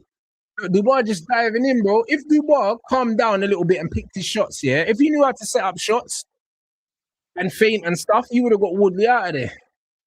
But he's just bare slow, like. I said the tissue scarring is making his face look so much worse. Yeah, facts. Facts. Brother, man's been on here for 90 minutes, yeah? And that's not including restarting it, blood. I think I've been on here for like 2.5 hours, blood. I can't lie, man's done at least 30k steps today, blood. Fuck, you know. Big shot. The boy's catching him with clean shots. Wardley's not going nowhere. Like, brother, man got that bamboo thing, bro. The man's not feeling the shot.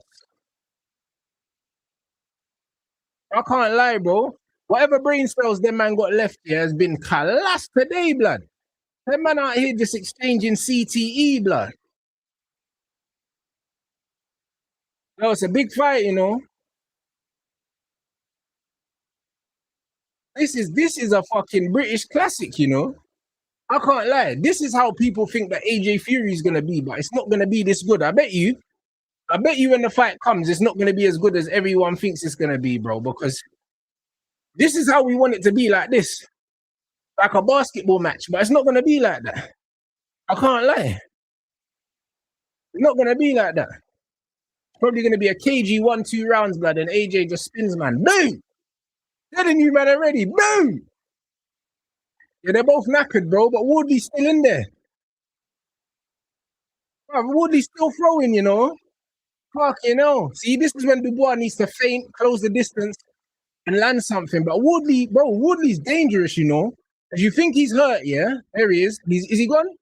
Bruv, Dubois smothering his work by leaning on him. Like, he's got him hurt, and then he falls on top of him, and then he can't throw the shots. Because, bro, Wardley's looked like he's ready to go, like, a few times. And Dubois keeps falling on him.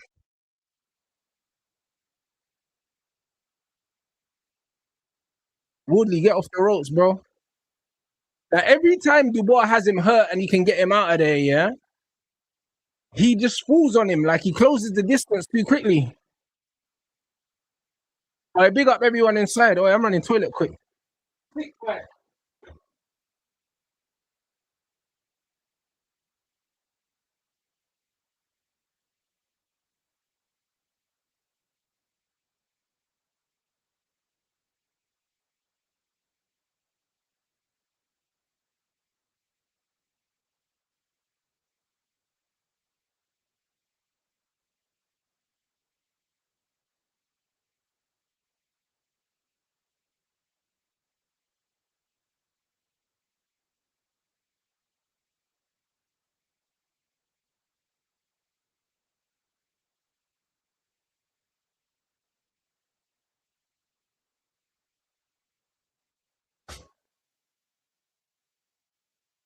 Brother, Wardley is fighting like he's drunk, bro. I swear down, fam.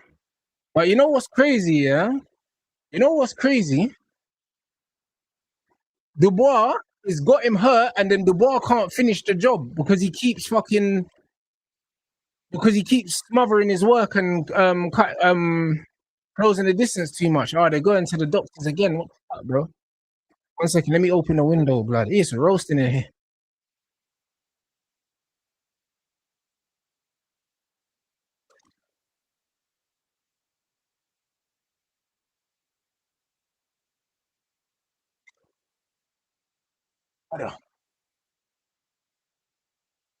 Man, like Fabio's still going, fam. Hey, bro, listen, if Fabio goes 12 rounds and loses it on the decision, I can't lie. It's calm, you know. I can't lie. I don't want to see Fabio get knocked out now because he showed good heart. But the bar's won every round that he hasn't been dropped in. So, yeah, I don't want to see Fabio get knocked out still. Yeah, the ref wants to stop it still because he's seeing that Fabio looks mad, bro. You get me? Man's out here looking like Deadpool, fam. You get me? So I can see why the ref wants to stop it. I think the ref's trying to help him.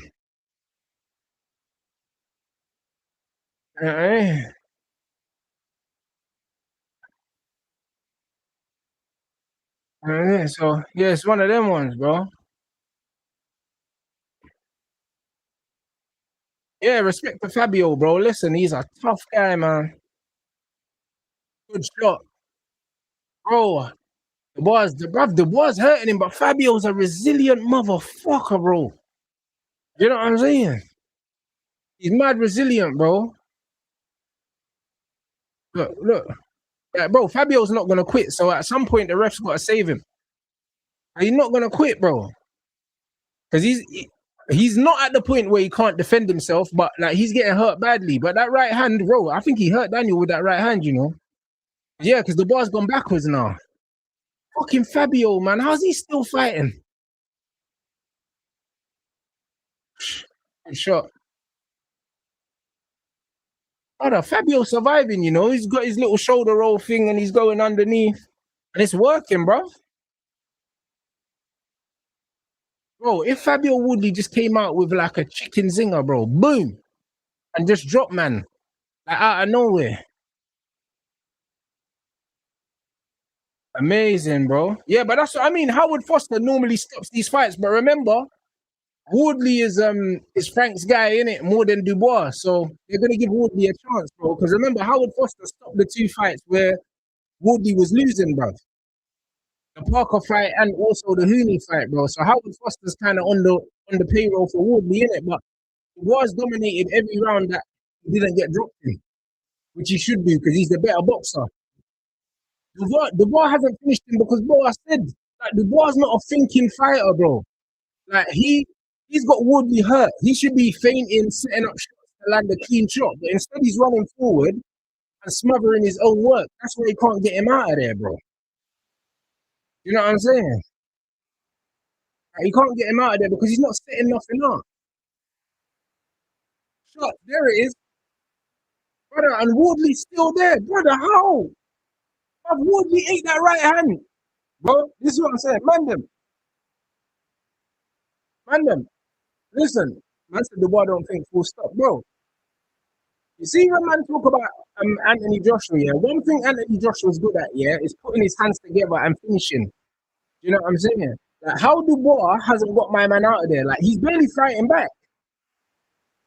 But because Dubois is not setting up punches, yeah, and he's just throwing them, that's the reason why he hasn't got Wardley out of there. Because you're not going to get Wardley out of there with one punch, really. You kind of have to hit him with threes and fours.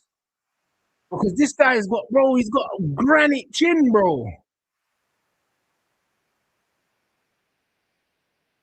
I want Woodley to survive now because he's got this far. He deserves to see the final bell, bro. Because his nose is broke, everything's broke. He's not going to be looking the same for a long time. So I want him to see the final bell at least. Bro, we've been live for 3 hours. So I've been walking for 3 hours. What up? How many fucking calories? That's a lot of calories, bro. I can't lie. I said the boy don't know how to finish. Bro, it's because he's not thinking, bro. And this is why I said, yeah, Dubois is not going to do anything that Wardley's not prepared for. There it is. They've stopped it now, finally. There it is. He's not going to do anything that he's not prepared for, bro. Because he just fights one way, bro. You know what I'm saying? Dubois done it. Well done, Daniel, man. Well done, Daniel. Look at him. He doesn't know what's going on. Everyone's going crazy, bro. Look at him. Ice cold. Look, they can't even pick him up. He's so big. I'm dying. Who's that? Who's that? Dave? Is that? No, that ain't Dave Allen. That's some other brother. Good stoppage from the referee. Final, man. Finally. Look at the boy's face, bro. Brother, he looks like he doesn't even know that he won, bro. This brother's in some next place, you know. Man, like dubious. Bruv, what a fight. What a fight. Shout out Fabio Wardley. What a fucking fight. That was a classic. Well done, Daniel. You know what I'm saying? Got off the canvas twice, innit? You know what I'm saying? I can't lie. I respect it, bro. Just because he's quit so many times, And loads of men have told him that he's a quitter, bro, and he got off the floor twice and won. You know them ones, so you gotta respect it. You know what I'm saying? You gotta respect it. Shout out Dubois, man. But it's gonna be hard, yeah, to beat that fight. I'll be honest. From a heavyweight standpoint, we're probably not gonna see a better fight than that this year. Two guys that can take a shot, two guys that can give a shot. You know what I mean? Not the most skilled fighters, yeah, but both men looking to smoke people. You know, a real swingers, guys. I swear down, a real swingers, man. I can't lie. May that kind of fight never find me. You know them ones there, like, man, is listen. I can't lie, bro. Man's trying to keep all my brain cells intact. You know what I'm saying? But brilliant fight. You know them ones. I can't lie. Brilliant fight though, bro. You know what I'm saying? Fucking hell, mate. I said Wardley will get fist up by Usyk. Usyk would have smoked him. You know them ones there, like, brother. That's why when man was talking about Wardley fighting Usyk and that, brother, what? You know them ones there? Usyk would have got man out of there in like 2 or 3 rounds. Because the difference is Usyk sets up shots, yeah? You know what I'm saying? He literally sets up shots and he'll get you out of there, bro. You know what I'm saying? Usyk's not just going to throw punches for the sake of throwing punches like what Daniel was doing. You know what I'm saying? Because skill set wise, yeah, Daniel is way more experienced, amateur background. The reason why it's gone to as far as it's gone is because Daniel wasn't using his brain. He wasn't using his brain to set up shots. He wasn't. He was just throwing them. If he was using his brain to set up shots, yeah, Wardley's not hard to find, bro. You know that, man. Wardley's not hard to find.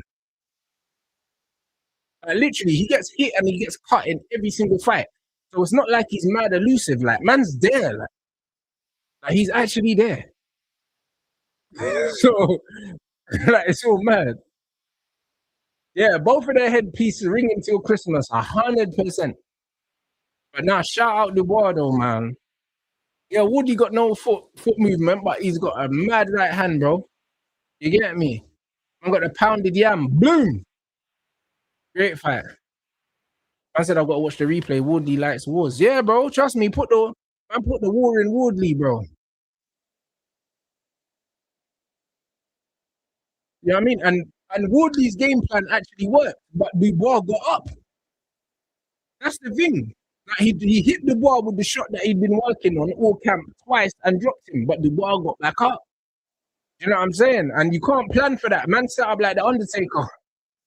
You know what I'm saying? So, man said Usyk's slightly a killer. Bro, Usyk's not just a killer, yeah?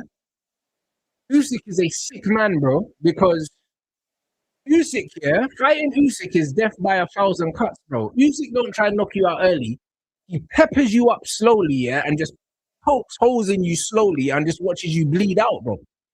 That's what Usyk does. If you watch Usyk, he doesn't load up on his punches, bro. He just peppers you with shots, yeah, and he's just in your face, like, so you can't get away from him.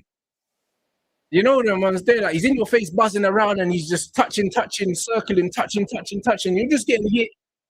And then you get frustrated, and when you try to open up, yeah, man just throws something down the side, boom, and then you just start dancing. You know, that's what Usyk does. So imagine what he would have done to Fabio Wardley. And people had the cheek to say that he was ducking Wardley, bro. Come on, mate.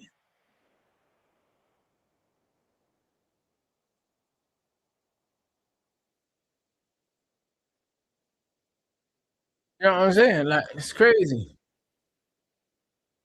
I can't lie. That was a classic, yeah. But at the same time, I can't lie, bro. Like, the technical level of that fight was a mad thing still. I can't lie. It was a Mazzolini. Doesn't matter. That could have been a white collar fight.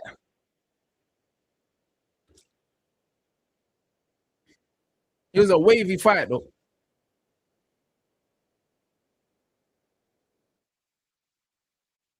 Man said the ref should have stopped it 5 rounds before. I don't think so, because Wardley was still hurting Dubois. He was still hurting him, bro. Because I think 2 rounds before that, He hit Dubois with a right hand, and Dubois, his eyes open, and he kind of backed up for a second. Like, he was still hurting him. Like, brother, you still hurting him.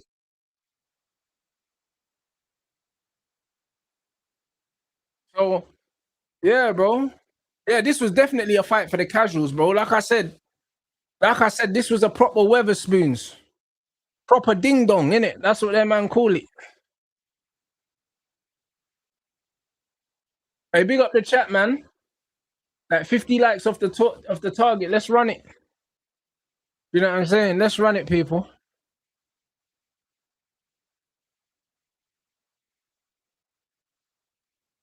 Let's run it, people.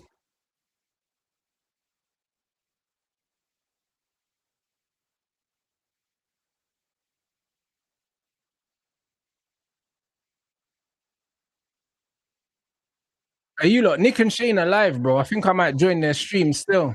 You know them ones. I think I might join their stream still. Let me check. Let me see something. Let me see something. I might read their stream and then join it. 1 second.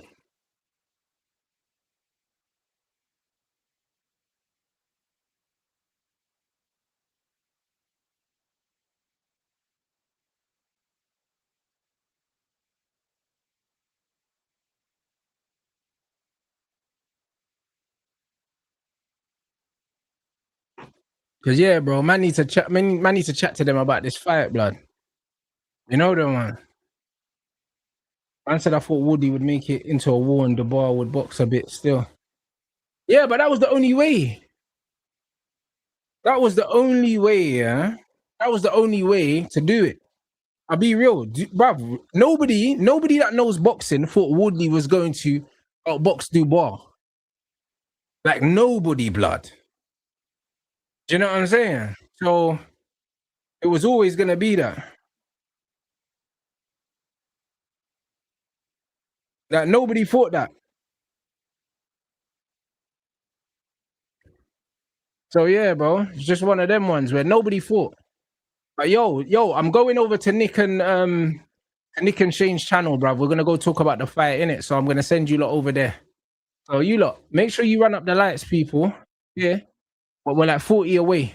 You know what I mean? So big up, man. Send you over to Only Facts now, and I'll see you guys there.